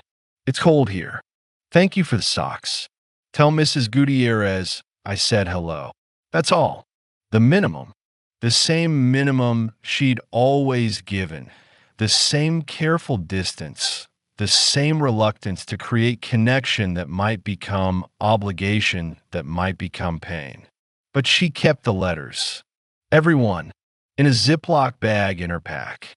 37 letters by the end. 37 letters from a woman in San Diego who wrote every week and who never asked for a reply and who never said, I'm worried, or be safe, or come home, because she understood that those words are weights and that a woman on a mountain doesn't need more weight. Patricia understood, the way she'd always understood, the way she'd understood at 14, when a girl arrived at her house with a garbage bag of clothes and eyes that said, don't get close. The way she'd understood at 17, when that girl said, I'm joining the Marines, and Patricia said, okay. The way she understood now, at 55, alone in a house in City Heights, writing letters to a mountain in Afghanistan and getting 3 sentences back once a month and accepting that. Accepting the distance. Accepting the silence. Accepting that love doesn't require reciprocity to be real. The bracelet. I mentioned it earlier. The paracord bracelet on Marisol's wrist. Green. I need to tell you about the bracelet because the bracelet matters later. Kimball made it.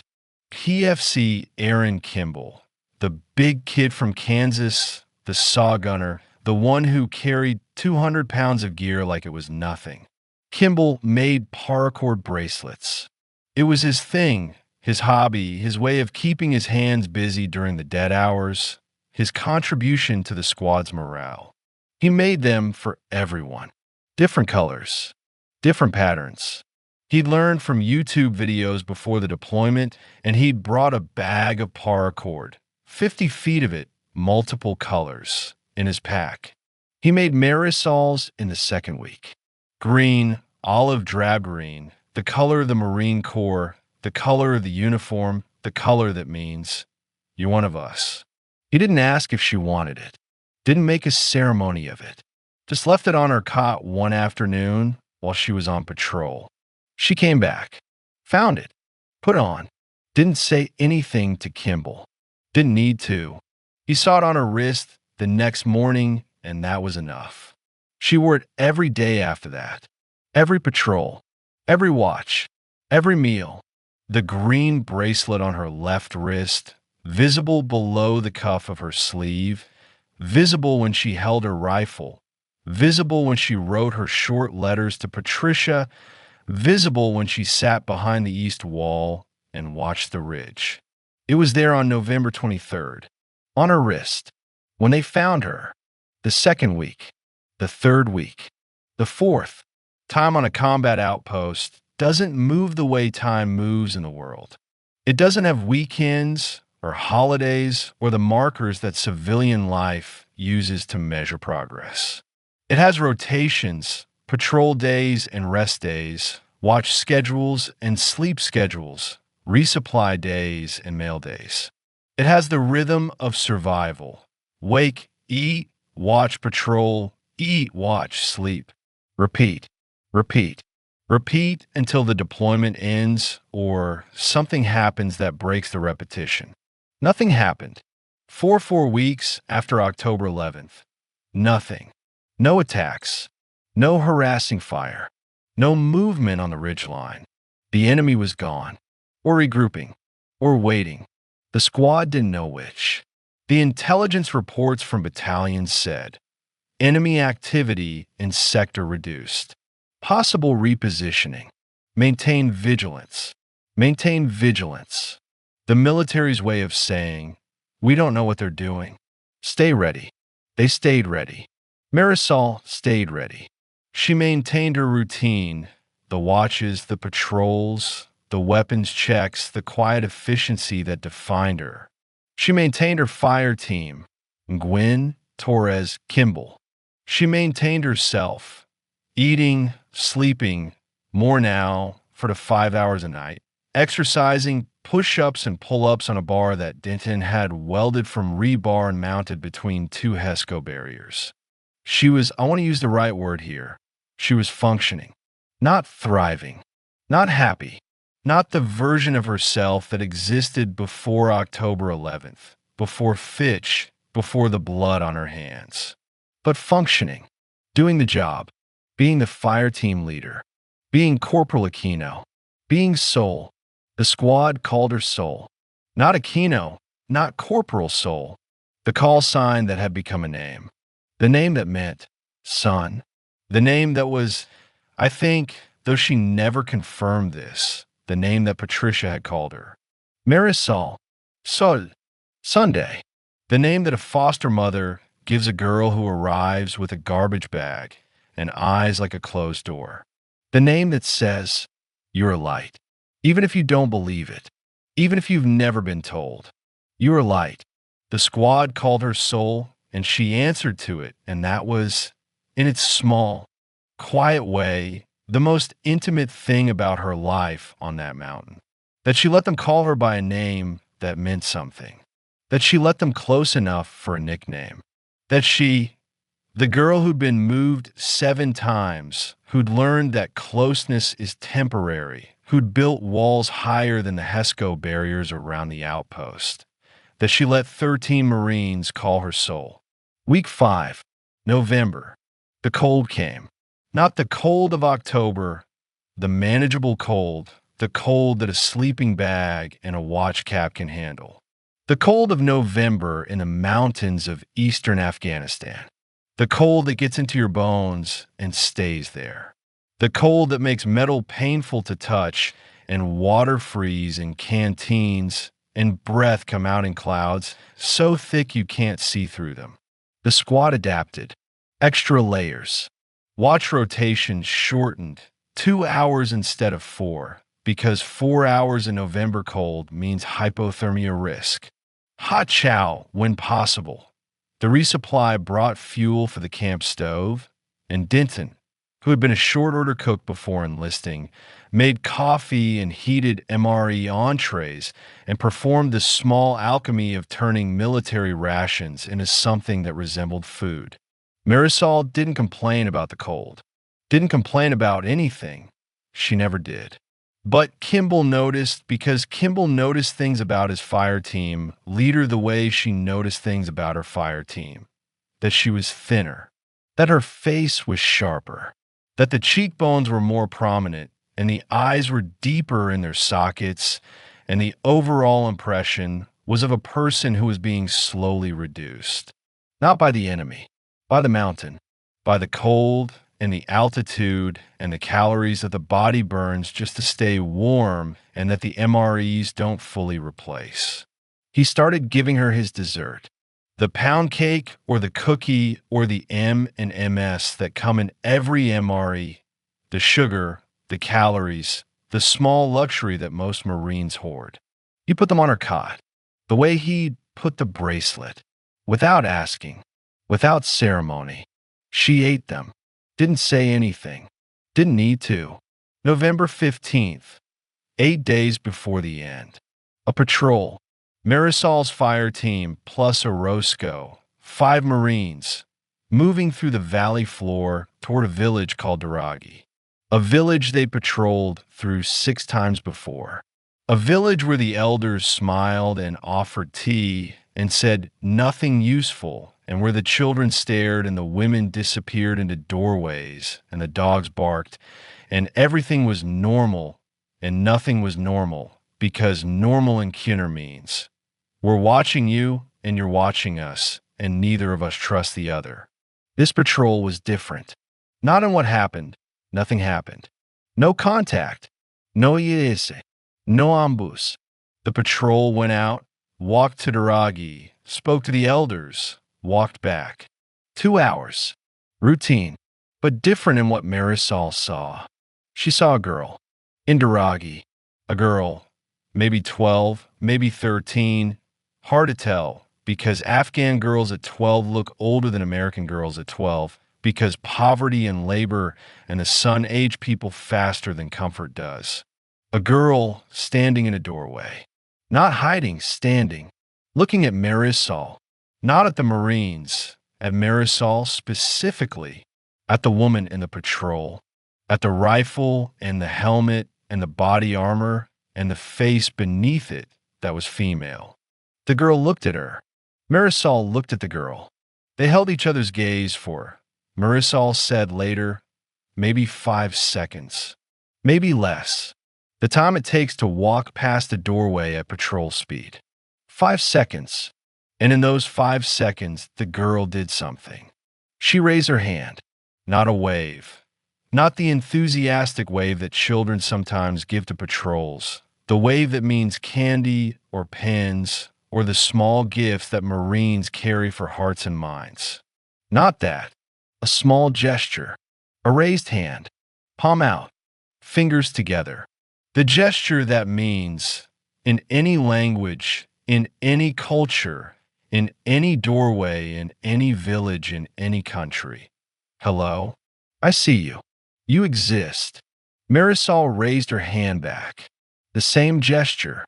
Small. Quick. Then she was past the doorway, and the girl was behind her, and the patrol was moving, and the moment was over. She told me about it. Months later, in the hospital at Landstuhl, she said, I think about that girl. I don't know her name. I don't know what happened to her. I think about her standing in that doorway and looking at me and raising her hand. I think she'd never seen a woman with a rifle before. I think she didn't know that was possible. And I think for 5 seconds she thought, oh, you can do that. You can be that. That's allowed. She said, I don't know if that's true. I don't know what she thought. Maybe she was just curious. Maybe she was scared. Maybe she was thinking nothing at all. But I think about her. And I hope, whatever she thought, I hope it was something good. Something that made her world a little bigger. Even for 5 seconds. Underscore.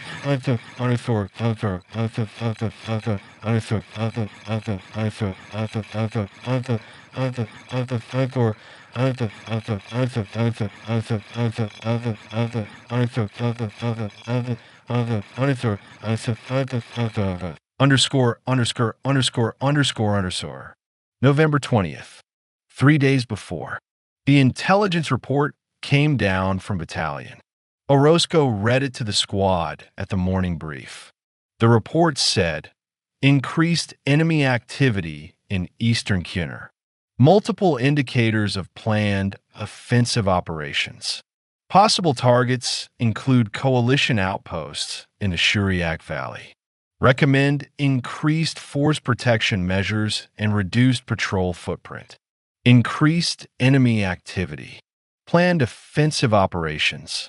Possible targets include coalition outposts. The language of intelligence. Careful, hedged, never certain. Possible. Indicators. Recommend. The words that mean, we think something is coming, but we don't know what or when or where. Be ready. The same words they'd heard before October 11th. The same words that had preceded the dawn assault. The same words that meant, the mountains are watching again. Orozco increased the watch. 3 Marines on the walls at all times instead of 2. Patrol routes changed, shorter, closer to the outpost, never more than 500 meters from the wire. The mortar team pre-registered new targets on the eastern slope. the same slope where the 9 men had come down on October 11th. The radio was checked twice daily. Batteries replaced. Frequencies confirmed. The lessons of October 11th: the broken antenna, the lost communications, the 15 minutes waiting for medevac. Those lessons were learned. The antenna now had a backup. The radio had spare batteries. The medevac request procedures were posted on the wall of the CP where everyone could see them. They were ready as 14 Marines on a mountain can be, as ready as anyone can be for the thing that's coming when you don't know what it is or when it arrives. November 22nd, the day before. Nothing happened. A normal day. Patrol in the morning. Denton's fire team, not Marisol's. Resupply helicopter in the afternoon. Water, food, ammunition mail. 2 letters for Marisol, both from Patricia. She read them on her cot. The first was about Thanksgiving. Patricia was planning dinner, turkey and rice and beans, and the plannings that Marisol liked. The ones Patricia had learned to make because Marisol had mentioned once in passing that her birth mother, whoever she was, wherever she was, had made plans. Patricia learned to make them. For a girl who mentioned them once. That's the kind of woman Patricia was. The second letter was shorter. 3 lines. I'm proud of you. I don't say it enough. I'm proud of you every day. Marisol read it, folded it, put it in the Ziploc bag with the others. 36 letters.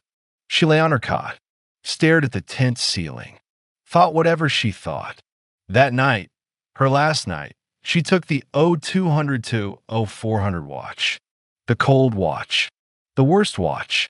The one nobody wants. She took it because she always took it, because she couldn't sleep through those hours anyway, because her body had learned on October 11th that 0200 to 0400 is when the shooting starts, and her body wouldn't let her sleep through it anymore. She sat behind the east wall, the gap in the sandbags, the ammo can, her rifle, the green bracelet on her wrist, the cold, the dark, the mountains, the silence. Nothing happened. The watch ended. She woke and went for the 0400 to 0600 shift, went to her cot, lay down, closed her eyes. She slept. For the first time in weeks, she slept deeply. For hours, uninterrupted. The body's last gift. November 23rd, 0847. The patrol was Marisol's. Her fire team plus Webb, the new radio operator, the kid from Tallahassee who'd arrived 5 days after October 11th, and who had, in the 6 weeks since, become part of the squad the way all replacements eventually become part of the squad. Slowly, then all at once. 5 Marines. Route. South along the valley floor, through a dry riverbed, to an observation point on a low ridge that overlooked the southern approach to the outpost. A short patrol, 2 kilometers out, 2 hours, 2 kilometers back. Routine. They left at 0847. Marisol on point, leading from the front the way she always did. Behind her, Torres. Then Kimball with the saw. Then Gwyn. Then Webb. In the rear, the radio on his back, the antenna bobbing above his head like a flag that says, "Shoot here." The morning was clear. Cold but clear, the sky blue, the mountains sharp against it, the air thin and dry and carrying sound the way mountain air does. Their boots on the gravel of the riverbed, the clink of equipment, the breathing, the sounds of 5 people moving through a landscape that was beautiful and deadly and indifferent to their presence. They reached the observation point at 0920, a low ridge, maybe 30 meters above the valley floor, enough elevation to see the southern approach, enough cover to sit behind rocks and observe without being observed. Marisol positioned her team. Gwyn and Torres on the left, watching south. Kimball in the center with the saw, covering the riverbed below. Webb behind them, radio ready. Marisol on the right, watching east, always the direction the enemy came from, always the direction her eyes went first. They observed. 30 minutes. Nothing moved. The valley was empty. The villages were quiet. Smoke from cooking fires, the distant sound of a rooster, the bark of a dog. Normal. Peaceful. The kind of morning that makes you forget for a moment that you're in a war zone. That makes you think this is just a place. Just mountains and sky and air. Just the world. 9:55. Marisol saw movement. East. The same direction. The same instinct. The shadow that shifted wrong. The rock that wasn't a rock. She raised her fist. The patrol froze. She pointed east, 200 meters the slope above them. She held up 3 fingers. 3, then 4. Then, she wasn't sure. 3 or 4. Moving along the slope. Not toward the patrol, parallel to it. Moving south. Toward, she calculated, toward the outpost. Toward Avalanche. Coming from the east, moving south. Flanking the outpost from a direction it hadn't been attacked before. She keyed the radio. Webb was already there. The handset in his hand, the frequency set to the outpost. She said, "Avalanche, this is Seoul. 4 enemy, 200 meters east of OP South. Moving south toward your position. Break. They don't see us. We have the high ground. Request permission to engage." Over. Orozco's voice came back. Calm. The calm of a man who's been here before. Sol, avalanche. Roger. Engage at your discretion. We're standing to. Keep us posted. Over. Engage at your discretion. The words that mean, you're the one who can see them. You decide. I trust you. Marisol looked at her team. Pointed at Kimball. Pointed at the saw. Pointed at the 4 men on the slope. Kimball nodded. Shifted the saw. Found the targets. Marisol pointed at Nguyen and Torres. Pointed at their rifles. Pointed at the slope. They nodded. Shifted. Found the targets. She raised 3 fingers. Countdown. 3, 2, 1. They opened fire. The saw first. Kimball's burst. 6 rounds. The sound ripping across the valley. Then the rifles, Marisol, Nguyen, Torres firing control pairs, 2 rounds each, aimed shots at 200 meters downhill. The advantage of elevation. The advantage of surprise. The advantage of seeing them first. 2 of the 4 men went down in the first 3 seconds. The other 2 reacted. Faster than the men on October 11th. These were not the same fighters. These were better. Trained. They didn't freeze. Didn't run. They went to ground and returned fire immediately. Accurate fire. Aimed fire. Rounds cracking past the patrol's position. Hitting rocks. Sending splinters of stone into the air. Marisol felt a round pass her head. Close enough to hear the snap. The supersonic crack, that means the bullet was within a foot of your body. She didn't flinch. Didn't move. Kept shooting. Found the 3rd man. He was behind a rock, exposed from the shoulder up, firing an AK-47 at her position. She aimed. Breathed. Squeezed. The round hit him. He slumped. 3 down. 1 remaining. The 4th man was moving. Not retreating. Moving laterally. Trying to flank the patrol's position. Trying to get an angle on Kimball and the saw. Smart. Dangerous. A fighter who knew what he was doing. Marisol tracked him. He was fast. Moving from rock to rock. 2 seconds of exposure. Then cover. 2 seconds. Then cover. She waited. Watched. Counted his rhythm. 2 seconds. Cover. 2 seconds. Cover. She anticipated the next move, the next rock, the next 2 seconds of exposure.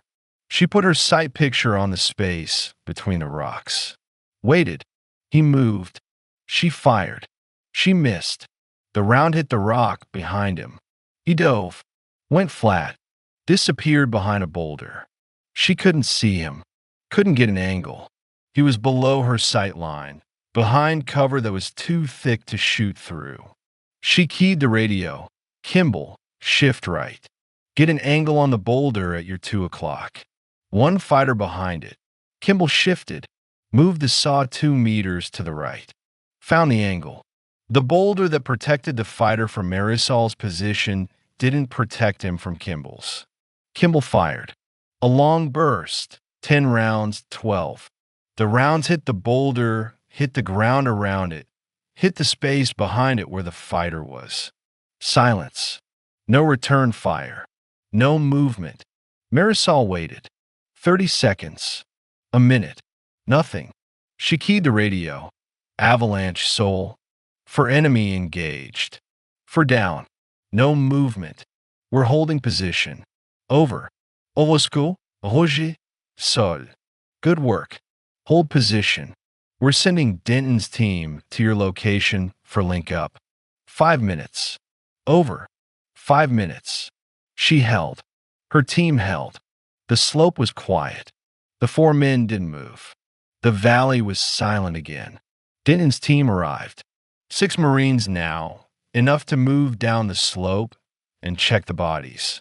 Confirm the kills. Collect weapons and intelligence. Papers, phones, anything that tells Battalion who these men were and where they came from and who sent them. Marisol didn't go down the slope. She stayed on the ridge, watching, covering, the way she always did, eyes on the terrain, rifle ready, waiting for the thing that might come next. Denton went down with his team. Checked the bodies. For dead. Ak 47. RPG launcher. Unfired, the round still in the tube. They'd been carrying an RPG, heading toward the outpost.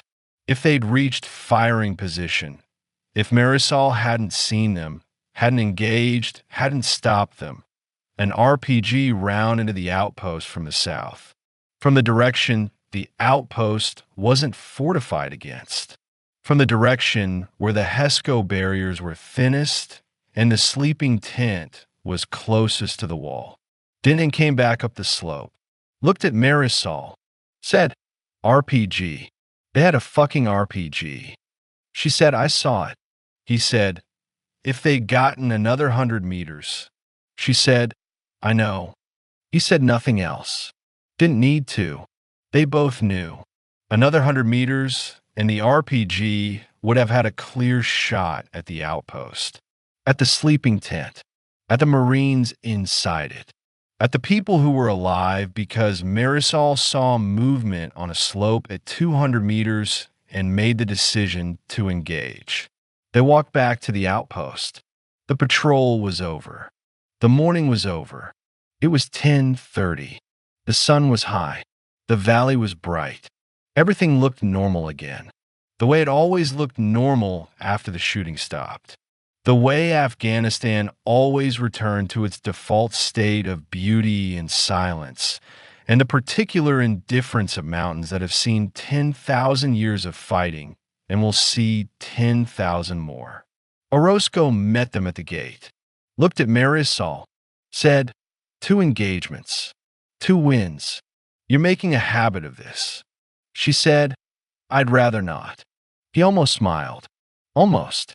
The corner of his mouth moved a millimeter, maybe less.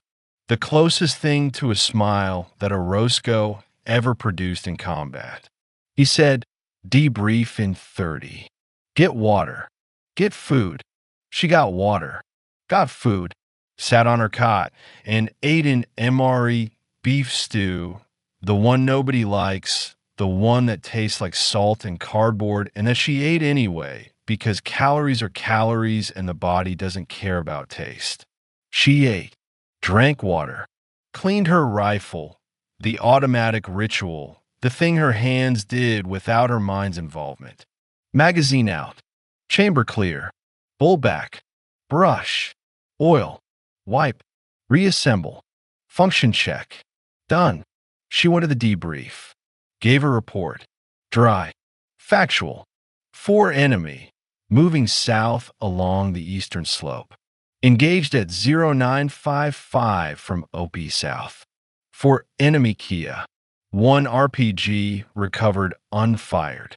No friendly casualties. Ammunition expended. 14 rounds, 5.56, approximately 40 rounds, 7.62 link. That's all. No drama. No embellishment. No, I saved the outpost. Just, this is what happened. These are the numbers. This is the result. Orozco wrote it down. Said, I'm adding this to the award recommendation. October 11th plus today. The package is going to battalion tomorrow. She said, okay. She went back to her cot. Lay down. Close her eyes. Никонец. Продолжаю. Часть 3. Последний день. Гибель. Navy Cross. Patricia. November 23rd, 2009. I've been putting this off. I've been telling you about 6 weeks, about patrols and letters and cold nights and a bracelet and a girl in a doorway. Because those 6 weeks are the life. The life that matters. The life that was. And what comes next is the end of it. And I don't want to get to the end. But the end is the story. The end is why I'm here. The end is why you're here. So, November 23rd. The morning was cold. Colder than the days before. A front had come through overnight, dropping the temperature below freezing, coating the HESCO barriers with a thin layer of frost that caught the first light and made the outpost look, for a moment, in that gray pre-dawn, like something beautiful, like something that belonged in a photograph. Not a war photograph, a nature photograph. Mountains and frost and silence. Marisol was awake at 0500. Stand to. The daily ritual. Every Marine up, every Marine armed, every Marine in position. She was behind the east wall. Her position, her gap, her ammo can. The frost on the sandbags melting under her hands as she gripped the top of the wall and looked east. The ridge was dark. Nothing moved. The valley was quiet. Standa ended at 0600. The sun was up. The frost was gone. The outpost returned to its morning routine. Coffee on the camp stove, MREs heated in their pouches, the slow waking of bodies that had slept in cold and that needed warmth and calories before they could function. Marisol ate, drank coffee, black, no sugar, the way she always drank it, the way Patricia drank it, the way the two of them had shared coffee in a kitchen in City Heights at 6 a.m. for 4 years without ever discussing how they took it, because they took it the same way, and that was one of the small, unspoken things that made them family. She cleaned her rifle. The morning ritual. Magazine out. Chamber clear. Brush. Oil. Wipe. The movements automatic. The hands knowing what to do without the mind's involvement. She reassembled. Function check. Loaded. 30 rounds. Full magazine. She checked her cargo pockets. 5 additional magazines. 180 rounds total. She checked her IFAK, tourniquet, Israeli bandage, chest seal, NPA. She checked her water, 2 canteens full. She checked her radio, battery at 80%, frequency set, volume up. She was ready, the way she was always ready, the way she'd been ready every morning for 6 weeks, the way she'd be ready every morning for the rest of her life, which was, though she didn't know it, 7 hours and 43 minutes. The patrol order came at 0730. Orozco briefed it. A longer patrol today, not the short, close-in routes they'd been running since the intelligence warning on November 20th. A longer route, for kilometers, south along the valley floor, then east up a draw, a narrow ravine that cut into the mountainside to a ridgeline that overlooked the eastern approach to the outpost. The purpose, observation. The intelligence reports said enemy activity was increasing. Battalion wanted eyes on the eastern ridgeline. Wanted to know if the enemy was staging there again, the way they'd staged before October 11th. Wanted to know before the next attack, not during it. Marisol's fire team, plus Webb on the radio. 5 Marines, the same 5 who'd engaged the 4 fighters on November 15th. The same 5 who'd found the RPG. The same 5 who worked together like a machine. Each part knowing its function, each part trusting the others to perform theirs. They stepped off at 0847, the same time as November 15th, the same gate, the same direction, south than east. Marisol on point, Torres behind her, Kimball, Nguyen, Webb in the rear. The valley floor was familiar. They'd walked it dozens of times. The dry riverbed, gravel and sand, and the occasional pool of standing water that was too cold to drink and too dirty to use. The scrub brush on either side, low, thorny, the kind of vegetation that survives in places where nothing should survive. The mountains rising on both sides, close, always close, the walls of the room that Kiener Province builds around everyone who enters it. They reached the draw at 0930, the narrow ravine that cut east into the mountainside. Marisol stopped, looked at it. The draw was, she assessed, 50 meters wide at the mouth, narrowing to 20 meters as it climbed. Rocky, steep, good cover on both sides, boulders, outcroppings, the natural fortifications that mountains provide. Good cover for them. Good cover for anyone else. She didn't like it. The draw was a natural ambush site. A kill zone. The kind of terrain that infantry manuals use as examples of where not to go. Narrow, steep, limited visibility, limited escape routes. The kind of place where a small force can destroy a larger one because the larger one can't maneuver, can't flank, can't use its advantages. She keyed the radio. Avalanche Soul. At the mouth of the draw. Proceeding east. Terrain is tight. Limited visibility. Will report at the ridgeline. Over. Olosco. Roger. Sol. Be careful. Out. Be careful. 2 words that mean nothing and everything. 2 words that a squad leader says because there's nothing else to say. Because the patrol has to go up the draw. That's the mission. That's the route. That's where a battalion wants eyes. And the draw is dangerous. And everyone knows it's dangerous. And they're going anyway. Because that's the job. She turned to her team. Said, spread out. 10-meter intervals. Eyes up. Both sides. Kimball. If anything moves, you light it up. Don't wait for me. They spread out. 10 meters between each Marine. 50 meters from first to last.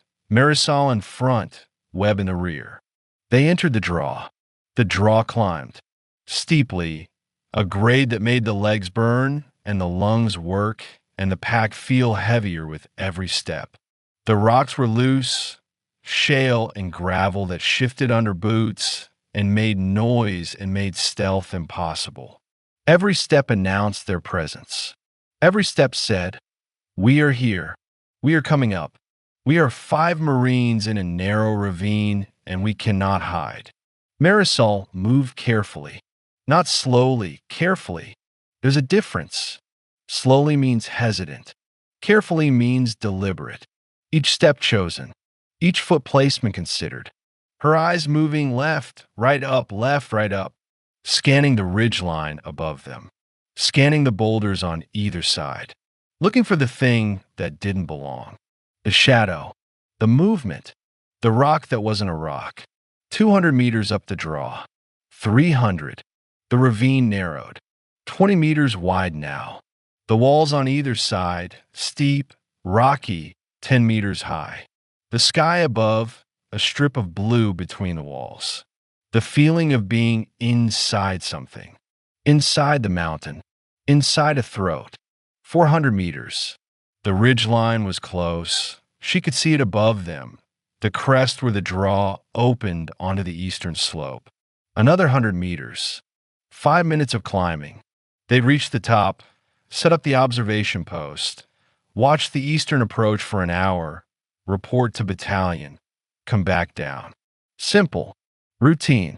The same kind of patrol they'd done a dozen times. 450 meters. She stopped, raised her fist. The patrol froze. She'd seen something. Not movement, not this time. Something else. Something wrong. A feeling. The absence of something that should be there. She looked around, listened. The draw was silent. No birds, no wind, no insects. The particular silence that happens when living things have left a place because something dangerous is in it. She looked at the ridge line above them. 50 meters. Close. She looked at the walls on either side. Steep, rocky, full of cover, full of places where a person could hide and wait and watch 5 Marines walk into a space where they couldn't escape. She keyed the radio. We spelled avalanche sol. Something's wrong. I don't have eyes on anything, but the terrain feels. She paused. How do you explain a feeling on a radio? How do you tell your squad leader that the birds are gone and the air is wrong and your body is telling you to turn around? Feels off. Requesting permission to abort and return. Over. Static. 2 seconds. 3. Then a Roscoe. Soul avalanche. Your call. If it feels wrong, come back. Over. Her call. Her decision. The weight of 5 lives on a feeling. On the absence of birds. On the silence that might mean danger or might mean nothing. Might mean the cold. Might mean the time of day. Might mean that birds in Kinner province don't sing at 0945 in November, and she's imagining things because she's been in combat for 6 weeks, and her nervous system is calibrated to threat, and everything feels like threat now. She made the decision. She said, all stations, Soul. We're turning around. Same order. Careful on the descent. Move. They turned. Marisol was now in the rear. The last one down, the one facing uphill, the one watching the ridgeline as the others descended. She walked backward, rifle up, eyes on the crest, on the walls, on the boulders, watching. They made it 50 meters, 100. The draw was widening again. The walls were lower. The sky was bigger. She was starting to think, starting to let the tension release, starting to believe that the silence was just silence, and the feeling was just a feeling, and that. The first shot hit Torres. I need to be precise. The first shot hit PFC Ricardo Torres in the upper back. Left side, below the shoulder blade. The round entered through the gap between his body armor plates. The side gap, the one that exists because body armor is designed for frontal protection and because the human body has to move and movement requires gaps and gaps are where bullets go. Torres fell. Forward. Face first into the gravel. He didn't scream. Didn't make a sound. Just fell. The way a person falls when the nervous system is overwhelmed and the body shuts down before the mind can process what happened. The second shot came a half second later. It missed. Hit the rock next to Kimball's head. Sent fragments into his face. Not lethal. Not even serious, but enough to blind him for a moment. Enough to make him duck. Enough to take the saw out of the fight for 3 seconds. The third shot. The fourth. The fifth. Not single shots anymore. Automatic fire. Multiple weapons. From above. From both sides, from the walls of the draw that Marisol had looked at and worried about and decided to leave and hadn't left fast enough. Ambush, the word that every infantryman fears. The word that means they knew you were coming. They waited. They let you walk in. They let you get deep enough that you can't get out. And now they're above you and around you, and you're in the kill zone, and the only way out is through. Marisol's training took over. Not her mind, her training. The thing that boot camp and SOI and 3 years in the fleet had built into her body. The automatic response to ambush, return fire, seek cover, assess, act. She was already behind a boulder. She didn't remember moving there. Her body had moved without her mind's permission, the way it does in combat, the way the reflexes work faster than thought. She was behind a boulder, and her rifle was up, and she was firing. Not aimed shots, not the careful marksmanship of October 11th, suppressive fire. Rapide, toward the muzzle flashes on the left wall. The purpose, not to kill, but to make them duck, to buy seconds, to give her team time to find cover. She keyed the radio, the squad frequency, not the fire team frequency. She needed a Roscoe. She needed the outpost. She said, contact, ambush, draw 450 meters in, multiple enemy, both walls. Torres is down. Need QRF now. Orozco's voice, immediate, calm, the calm that comes from training and experience and the knowledge that panic kills faster than bullets. Roger's soul. QRF moving. 5 minutes. Hold on. 5 minutes. An eternity. 5 minutes in an ambush is, she calculated, even as she fired, even as the rounds cracked past her and hit the boulder and sent stone fragments into the air. 5 minutes is 300 seconds. 300 seconds were 5 Marines. 4, Torres was down, maybe dead. She didn't know. 4 Marines had to survive against an unknown number of enemy fighters who had the high ground and the element of surprise and the advantage of preparation. She looked for her team. Kimball, behind a rock, 10 meters downhill. The saw was up. He was firing. Short bursts. Controlled. The blood on his face from the rock fragments. She could see it, red against his skin, but he was firing. He was in the fight. He was functional. Nguyen. She couldn't see Nguyen. He'd been ahead of her in the formation, further down the draw. She hoped he was behind cover. She hoped he was alive. Webb. She couldn't see Webb either. He'd been between Nguyen and her. The radio operator. The one with the antenna on his back. The target. She keyed the fire team frequency. Nguyen, Torres, Webb, status. Nothing. Static. She tried again. Nguyen. Webb. Report. Nguyen's voice, strained, breathless, but alive. I'm okay. Behind a rock. 20 meters downhill from you. I can't see Torres. Webb, nothing. No response. She tried again. Webb. Report. Nothing. The fire was intensifying. Not decreasing, intensifying. More weapons. More directions. She counted muzzle flashes, 6 on the left wall. For on the right, 10 fighters. Maybe more. 10 fighters above them, firing down into the draw, and 4 Marines, 3 she didn't know about Webb, behind rocks that were getting smaller with every burst because the rounds were chipping them, breaking them, reducing the cover that was keeping them alive. She made a decision. The same kind of decision she'd made on October 11th. The kind that isn't really a decision because there's only one option, and the option is act or die.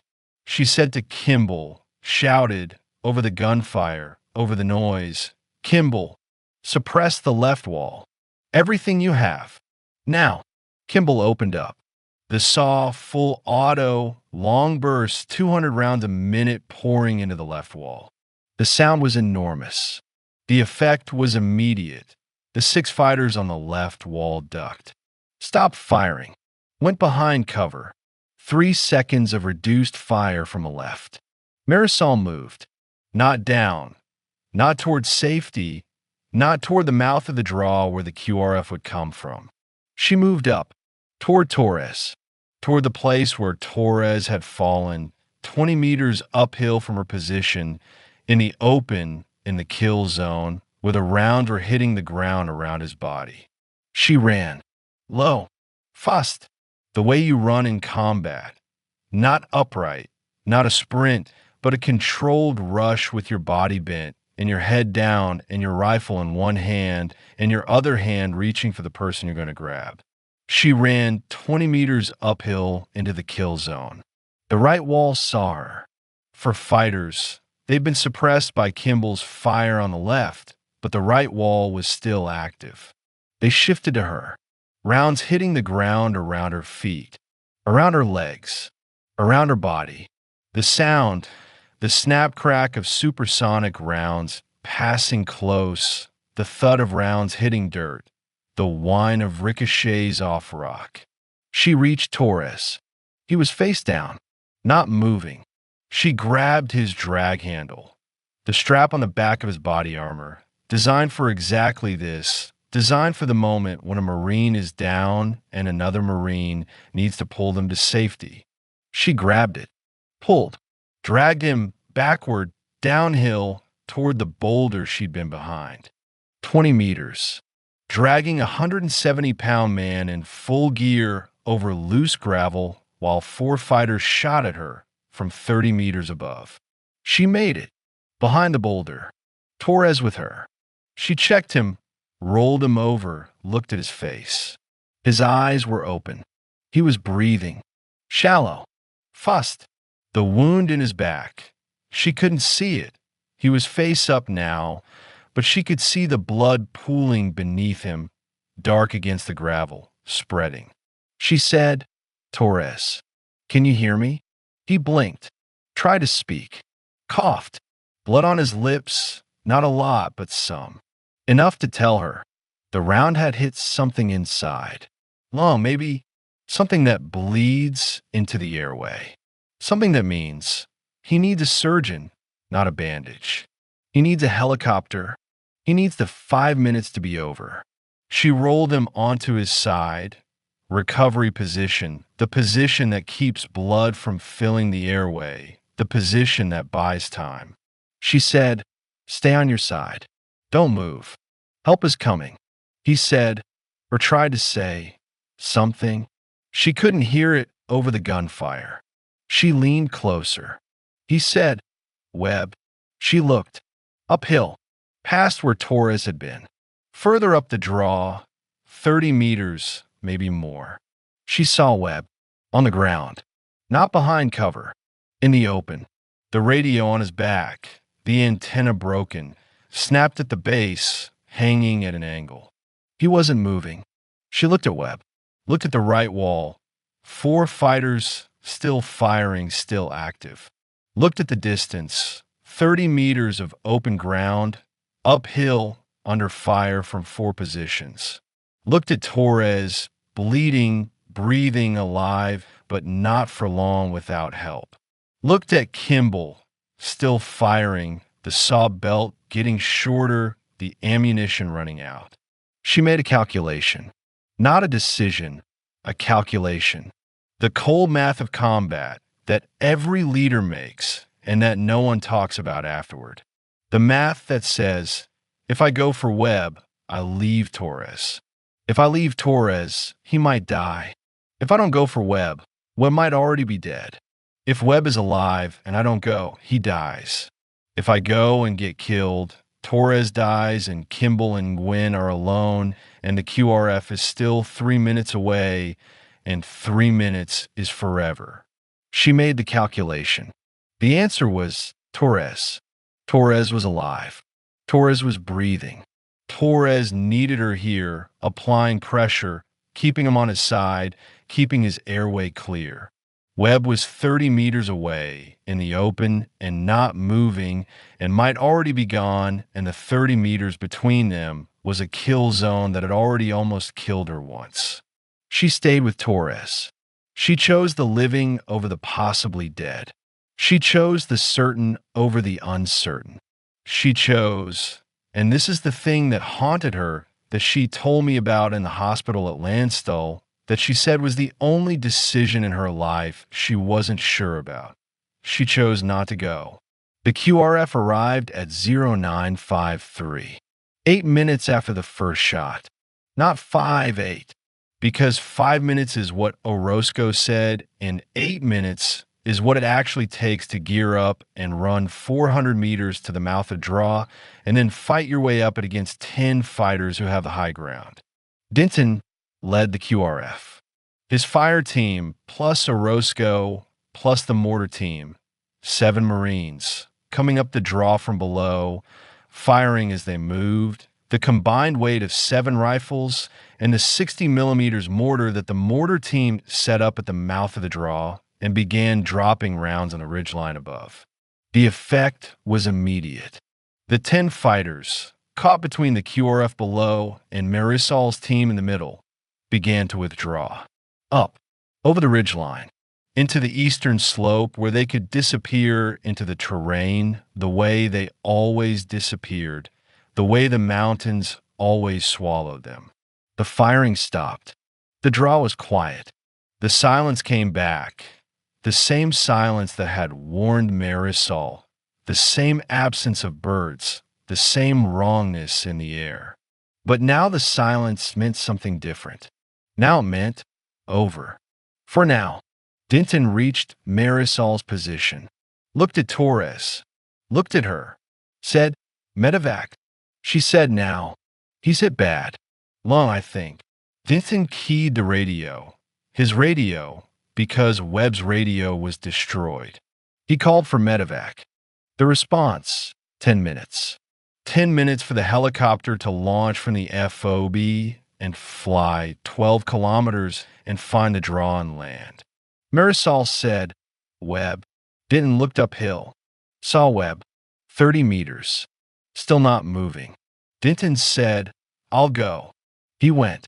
Ran uphill. The draw was clear now. The fighters were gone. The ridgeline was empty. The mortar rounds had driven them away. Denton reached Webb. Knelt. Checked. Looked back at Marisol. Shook his head. Webb was dead. Lance Corporal Marcus Webb, 21. Tallahassee, Florida. The replacement.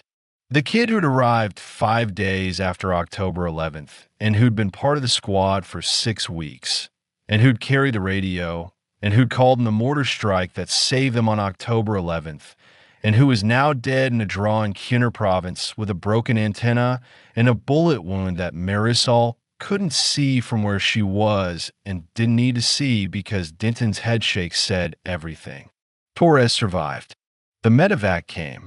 The helicopter landed at the mouth of the draw, couldn't land in the draw itself. Too narrow, too steep. They carried Torres down. From Marines, carrying a stretcher over loose gravel, downhill for 100 meters. Marisol carried one corner. She didn't let go, didn't hand it off, carried it the entire way. Her hands on the stretcher pole, her eyes on Torres's face.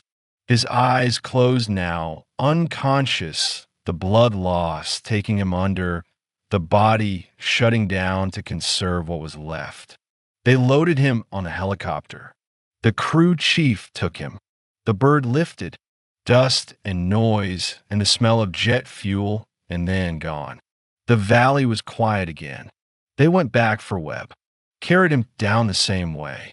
The same stretcher, the same 400 meters, the same gravel, but different, heavier. Not physically. Webb weighed the same dead as he had alive. Heavier in the other way. The way that dead weight is always heavier than living weight. The way that carrying a body is different from carrying a person. They loaded Webb on the second helicopter. The crew chief took him. The bird lifted. Gone. Marisol stood at the mouth of the draw. The sun was high. It was, she checked her watch, 10:30. Less than 2 hours since they'd stepped off on the patrol. Less than 2 hours since she'd eaten an MRE and cleaned her rifle and checked her magazines and been ready. 2 hours. 1 Marine dead. One Marine evacuated. The draw behind her, empty now, quiet, the rocks stained with blood that would dry in the sun and fade in the rain and be gone by next week. Orozco came to her, stood next to her, didn't say anything for a long time. Then he said, "You went for Torres." She said, "Yes." He said, "Under fire, in the open, 20 meters." She said, "Yes." He said, "And Webb?" She didn't answer. Not immediately. She looked at the draw, at the place where Webb had been, 30 meters from her boulder. 30 meters she hadn't crossed. She said, "I couldn't get to both." Orozco said, "No, you couldn't." She said, "I chose Torres." Orozco said, "Torres is alive because you chose him." She said, "Webb is dead because I didn't choose him." Orozco said, "Webb is dead because someone shot him, not because you didn't reach him. You can't carry that." She said nothing. He said, "Soul." She said, "I know. I know what you're going to say. I know it's not my fault. I know I made the right call. I know the math. I know." She paused. "But I'm going to carry it anyway. Because that's what I do. I carry things." Orozco looked at her, nodded, didn't argue, because he understood, the way only a man who's been in combat for 10 years understands, that some things you carry whether you should or not, that some weights are chosen, that the decision to carry them is not rational and not healthy and not what the counselors at the VA will tell you to do. But it's human.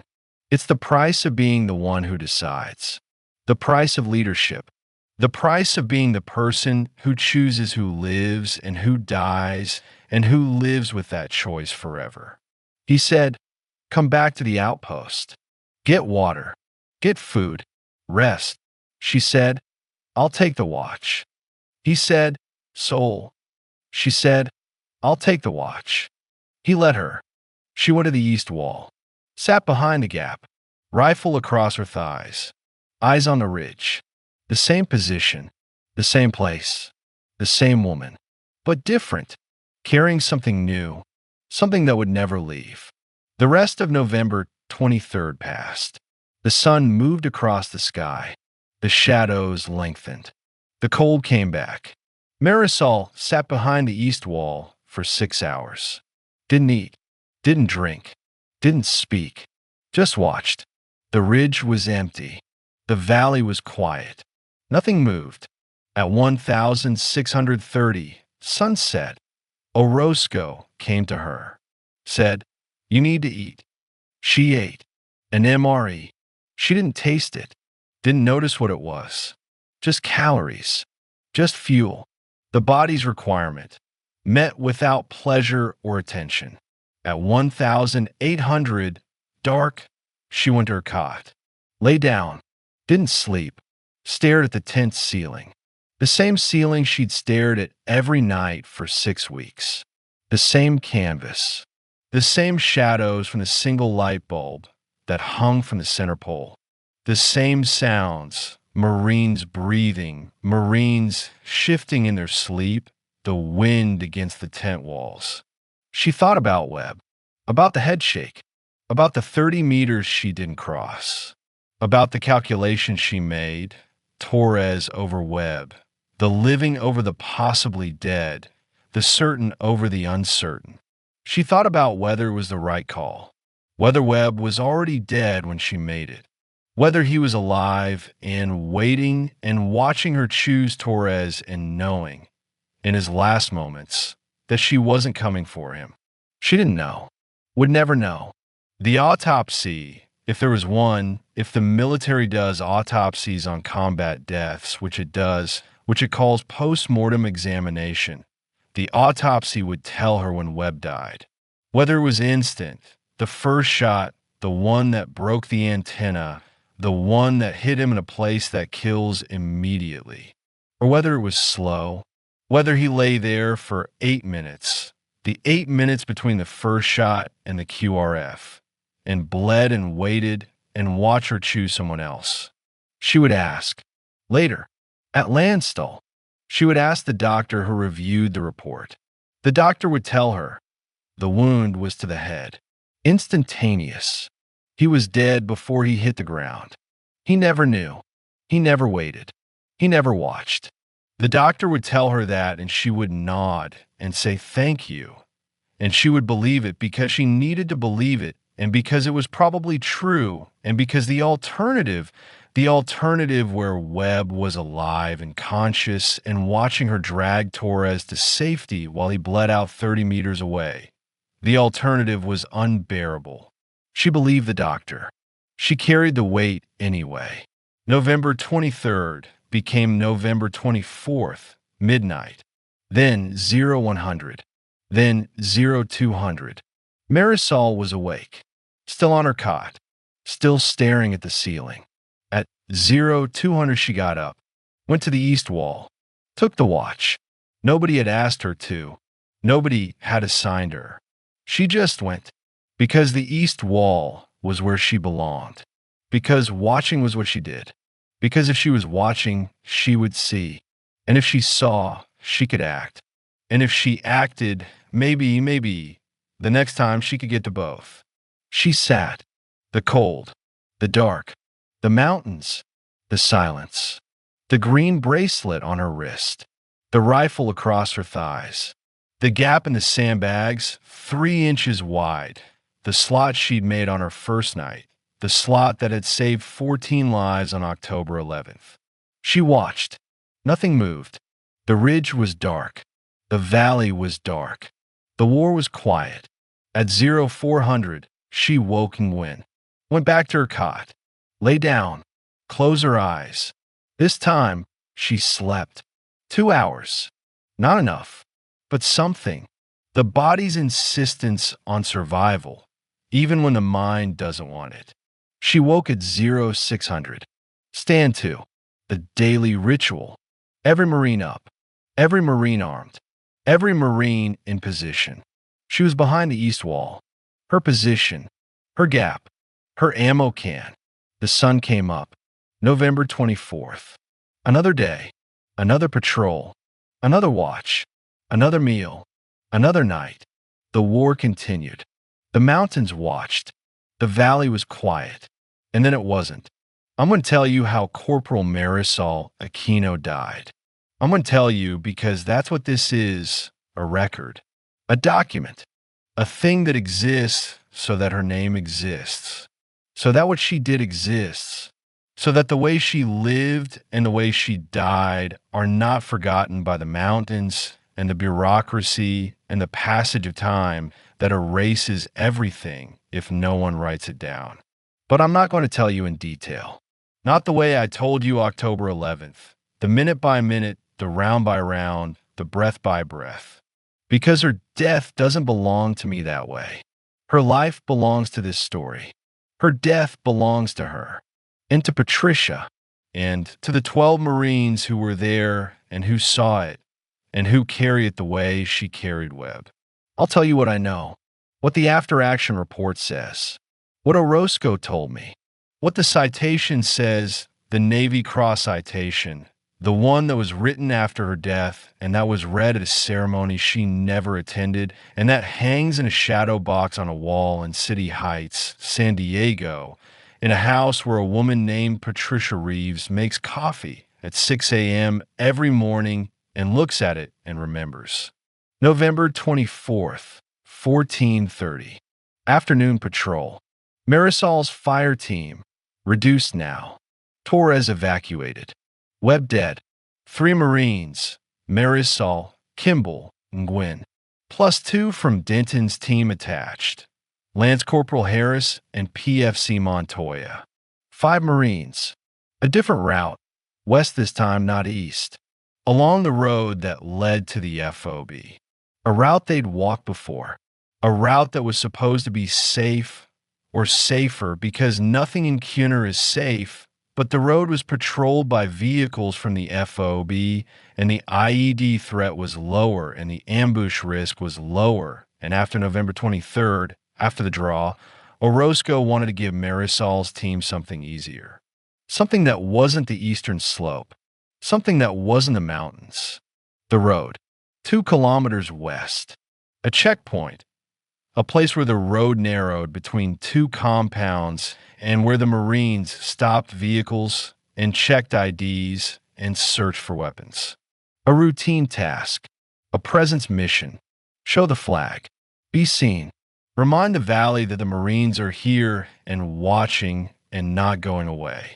They reached the checkpoint at 1500. Set up. Marisol positioned her team, 2 on the road, 2 on the flanks, herself in the center where she could see everything. They checked 3 vehicles, a truck carrying firewood, a motorcycle with 2 men, father and son, going to the market in the next village, a van, empty, the driver nervous but not suspicious, just a man who doesn't like being stopped by armed foreigners on his own road. 1530, the 4th vehicle, a white Toyota Corolla, the most common car in Afghanistan, the car that every family owns, the car that every suicide bomber uses because it's invisible, because it's everywhere, because no one looks twice at a white Corolla. Marisol looked twice. I don't know what she saw. Orozco doesn't know. Kimball doesn't know. Nobody who survived knows what Marisol Aquino saw in that white Corolla that made her do what she did. Maybe it was the driver's face.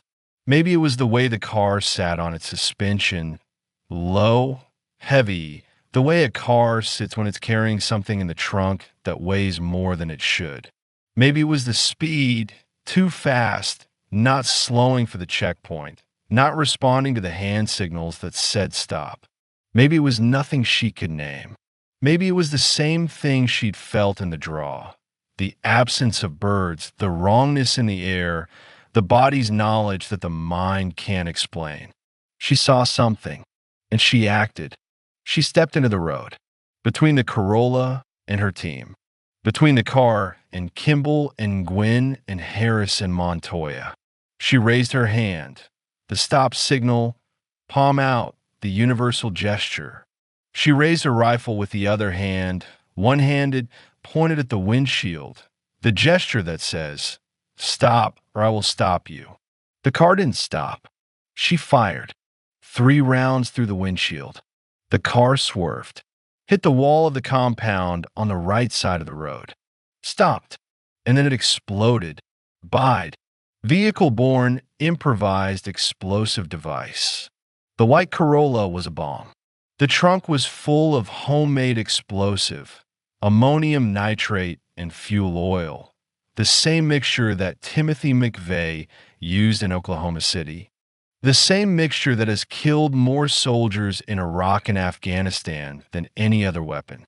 Hundreds of pounds of it, packed into the trunk of a white Toyota Corolla that was driven by a man who intended to reach the checkpoint, to reach the 5 Marines standing in the road, to detonate in the middle of them, to kill all of them. He didn't reach them. He reached Marisol, because Marisol was between him and them, because she'd stepped into the road, because she'd put herself, her body, her rifle, her life between the bomb and her team. Her 3 rounds through the windshield, they hit the driver, killed him probably, or wounded him enough that he lost control. The car swerved, hit the compound wall, 15 meters from the checkpoint, 15 meters from where Kimball and Gwynn and Harris and Montoya were standing. 15 meters. Not enough. Not nearly enough for a bomb that size. But more than 0. More than the 3 meters it would have been if the car had reached the checkpoint.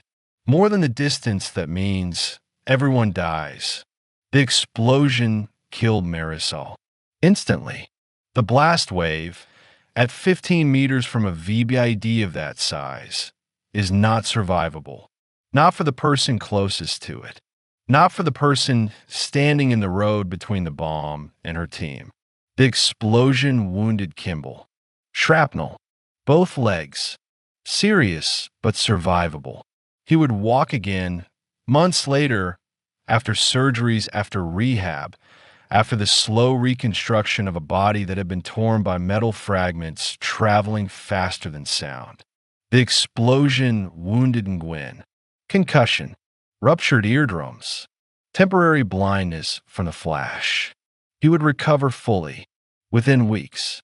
Harris and Montoya, furthest from the blast, behind the partial cover of a low wall at the checkpoint, were knocked down, bruised, shaken, alive, uninjured in any way that required evacuation. For Marines alive, because of 15 meters, because of 3 rounds through a windshield, because of a woman who stepped into a road and put herself between a bomb and her people. Underscore, underscore, underscore, underscore, underscore, underscore, underscore, underscore, underscore,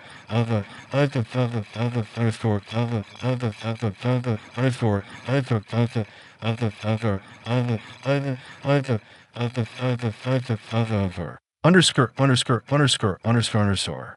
The citation. I'll give you the citation because the citation is the official record. The words that the Marine Corps chose to describe what Marisol Aquino did on October 11th, November 15th, November 23rd, and November 24th, 2009. The words that accompany the Navy Cross, the second highest award for valor in the United States military, second only to the Medal of Honor. The citation reads, "The President of the United States of America takes pride in presenting the Navy Cross, posthumously, to Corporal Marisol Aquino, United States Marine Corps, for extraordinary heroism while serving as fire team leader, 1st Squad, 2nd Platoon, Bravo Company, 2nd Battalion, 3rd Marines, in support of Operation Enduring Freedom in Kunar Province, Afghanistan, on October 11th, 15 November, November 23rd, and November 24th, 2009. During a coordinated enemy assault on Combat Outpost Avalanche on October 11th, Corporal Aquino detected 9 enemy fighters approaching the outpost's eastern perimeter 30 seconds before the assault began. Her early warning enabled the squad to mount an effective defense. Under sustained machine gun fire, Corporal Aquino repositioned to a flanking position and engaged the enemy with devastating accuracy, neutralizing 6 of 9 attackers with 23 rounds, directly preventing the outpost from being overrun. On November 15th, while leading a patrol, Corporal Aquino detected and engaged 4 enemy fighters armed with an RPG launcher moving toward the outpost. Her decisive action eliminated the enemy force before they could employ the RPG against friendly positions. On November 23rd, when her patrol was ambushed in a narrow draw by approximately 10 enemy fighters occupying elevated positions on both flanks, Corporal Aquino immediately returned fire and directed her team's response. With complete disregard for her own safety, she exposed herself to intense enemy fire to reach and extract a critically wounded Marine, dragging him 20 meters across open ground to cover, directly saving his life. On November 24th, while manning a vehicle checkpoint, Corporal Aquino identified an approaching vehicle-borne improvised explosive device. Without hesitation, she positioned herself between the vehicle and her fire team, engaged the driver with aimed fire, and caused the vehicle to detonate 15 meters short of the checkpoint. Her actions directly saved the lives of 4 Marines. Corporal Aquino was killed by the blast. Corporal Aquino's extraordinary heroism, decisive leadership, and selfless devotion to her Marines reflected great credit upon herself and were in keeping with the highest traditions of the United States Naval Service. She gallantly gave her life for her country.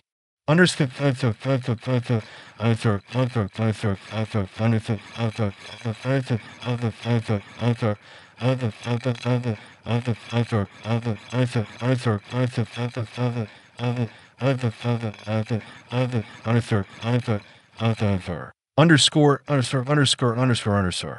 That's the citation. Those are the official words. The words that fit on a piece of paper. The words that reduce a life. 22 years, 7 foster homes, 1 woman named Patricia, 1 house in City Heights, 1 green bracelet, 37 letters in a Ziploc bag, to 4 paragraphs of military prose. The words are accurate. They describe what happened. They don't describe who she was. They don't describe the gap in the sandbags, 3 inches wide. They don't describe the coffee, black, no sugar. They don't describe the word Tia, spoken rarely, never acknowledged.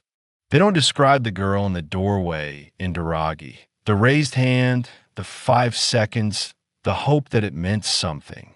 They don't describe the calculation in the draw, Torres or Webb, the living or the possibly dead, the weight she chose to carry. The citation doesn't describe those things because citations don't describe people. They describe actions. And actions are important. Actions are what save lives and win battles and earn medals. But actions are not the whole person.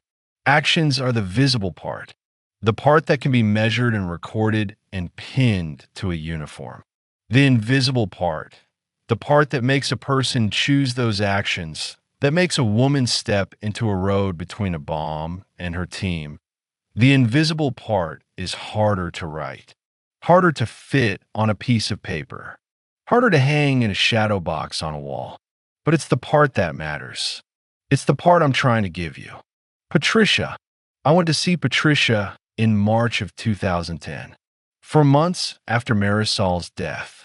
I went because I was writing this, because I was trying to understand who Marisol Aquino was, not just what she did, and because the only person who could tell me was a retired postal worker in City Heights, San Diego, who had taken in a 14-year-old girl with a garbage bag of clothes and who had, against all odds, become her family.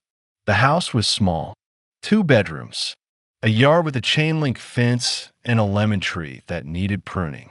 The street was quiet, a Tuesday afternoon. The neighborhood empty of everyone except the retired and the unemployed and the women who stayed home with children. Patricia met me at the door. She was 56. Gray hair, not all gray, but more than half. A face that was kind in the way that faces become kind when they've spent decades being patient with difficult things. She invited me in, made coffee, black, no sugar. She didn't ask how I took it. She just made it the way she made it. The way she'd made it every morning for years. The way Marisol had learned to drink it. The way the 2 of them had shared it in this kitchen at 6 a.m. without ever discussing it. The shadow box was on the wall in the living room. I saw it immediately. You couldn't miss it. A wooden frame, glass front, velvet backing. Inside, the Navy Cross. The medal itself, a bronze cross with a sailing ship in the center, hanging from a navy blue ribbon with a white center stripe. Below the medal, the citation, printed on heavy paper, the words I've already given you. Below the citation, a photograph. Marisol in dress blues. The formal portrait that every Marine takes. The one with the white cover and the serious expression and the flag in the background. She looked young. She was young. 22. The photograph was taken 6 months before she died. Next to the photograph, inside the shadow box, pinned to the velvet, the green bracelet. The paracord bracelet that Kimball had made. The one she'd worn every day. The one that was on her wrist when they found her. The one that had survived the blast. Somehow, impossibly, the way small things sometimes survive when everything around them is destroyed. The bracelet had been returned to Patricia with Marisol's personal effects. The Ziploc bag of letters. The bracelet. A few other things, a watch, a pocket knife, a photograph of Patricia that Marisol had kept in her helmet band. Patricia saw me looking at the shadow box. She said, "The Marines brought it. 2 officers, in dress blues. They came to the door, and I knew before they said anything. I knew because you don't send 2 officers in dress blues to tell someone good news." She sat down. I sat down. The coffee was between us on the table. She said, "They told me she was killed in action. They told me she died saving her team. They told me she was being recommended for the Navy Cross. They told me she was a hero." She paused, drank her coffee, set the cup down carefully, the way you set things down when your hand wants to shake and you won't let them. She said, "I told them. I know. I know she was a hero. I've known since she was 14. Since she walked into this house with nothing and didn't complain, didn't cry, didn't ask for anything, just existed, quietly, carefully, taking up as little space as possible. I told them. That's heroism. Not the metal kind, the everyday kind, the kind that nobody sees, the kind that a child does when the world has given her nothing and she decides to keep going anyway." She looked at me.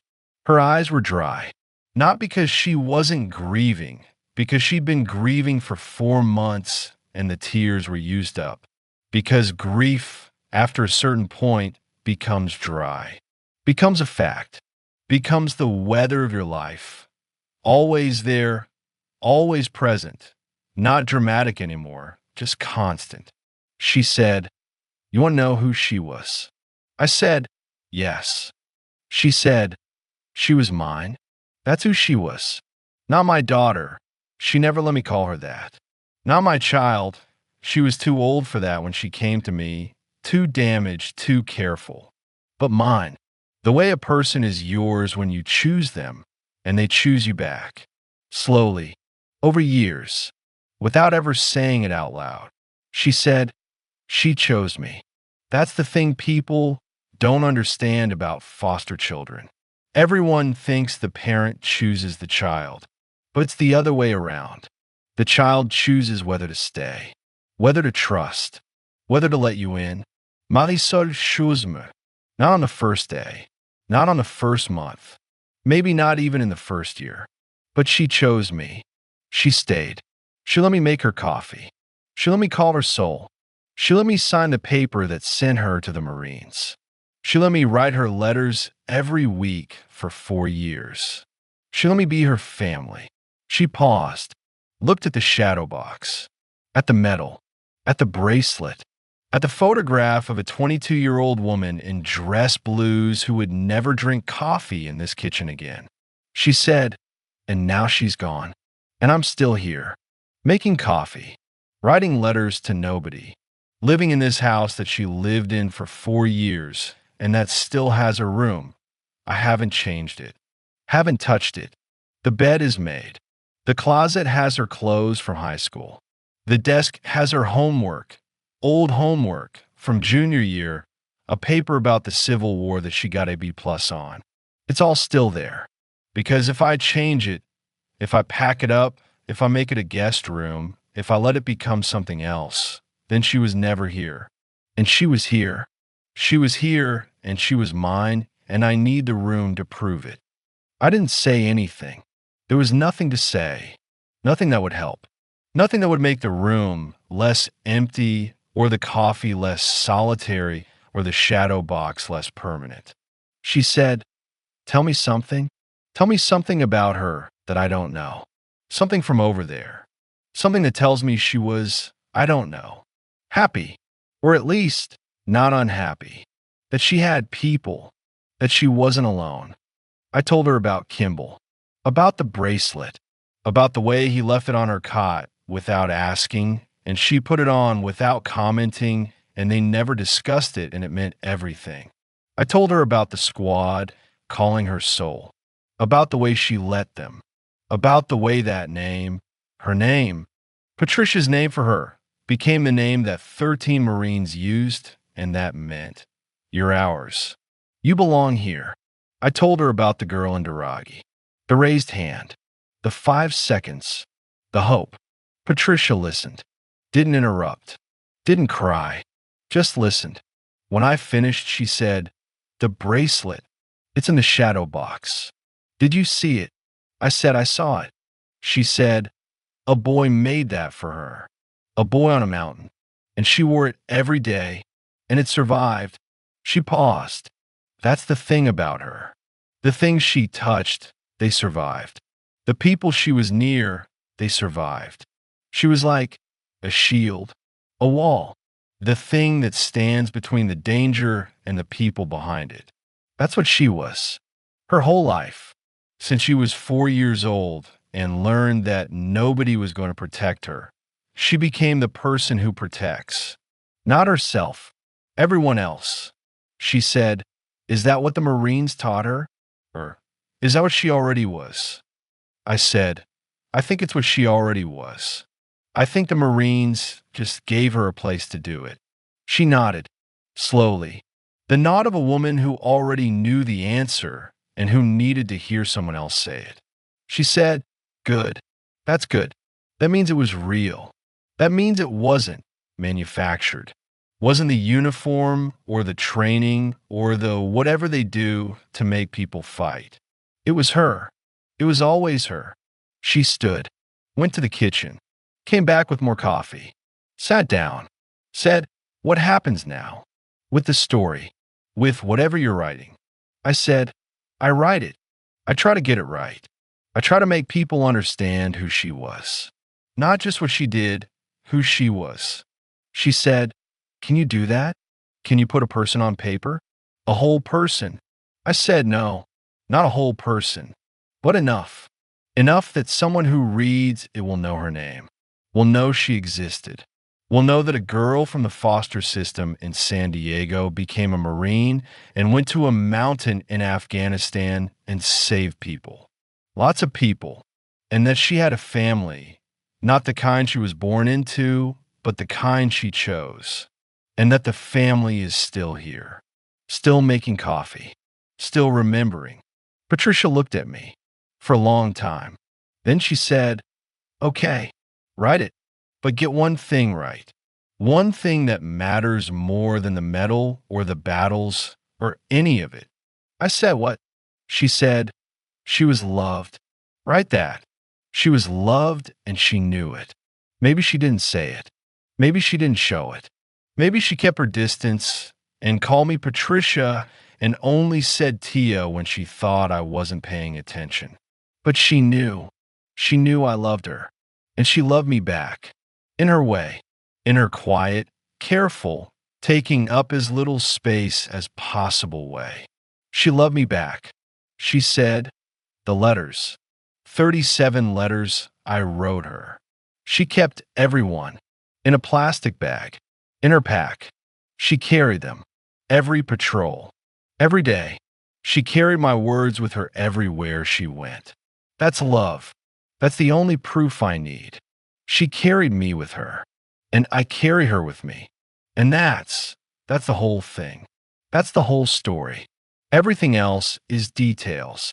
I left Patricia's house at 4 p.m. The sun was low over City Heights. The lemon tree in the yard cast a long shadow across the chain link fence. The street was still quiet. A dog barked somewhere. A car passed. The world continued. The way the world always continues after someone dies. Indifferent. Relentless. Moving forward whether you're ready or not. I drove back to my hotel. I sat at the desk. I opened my laptop. I started writing. I'm still writing. This is what I have. This is what I can give you. Not a whole person. Patricia was right.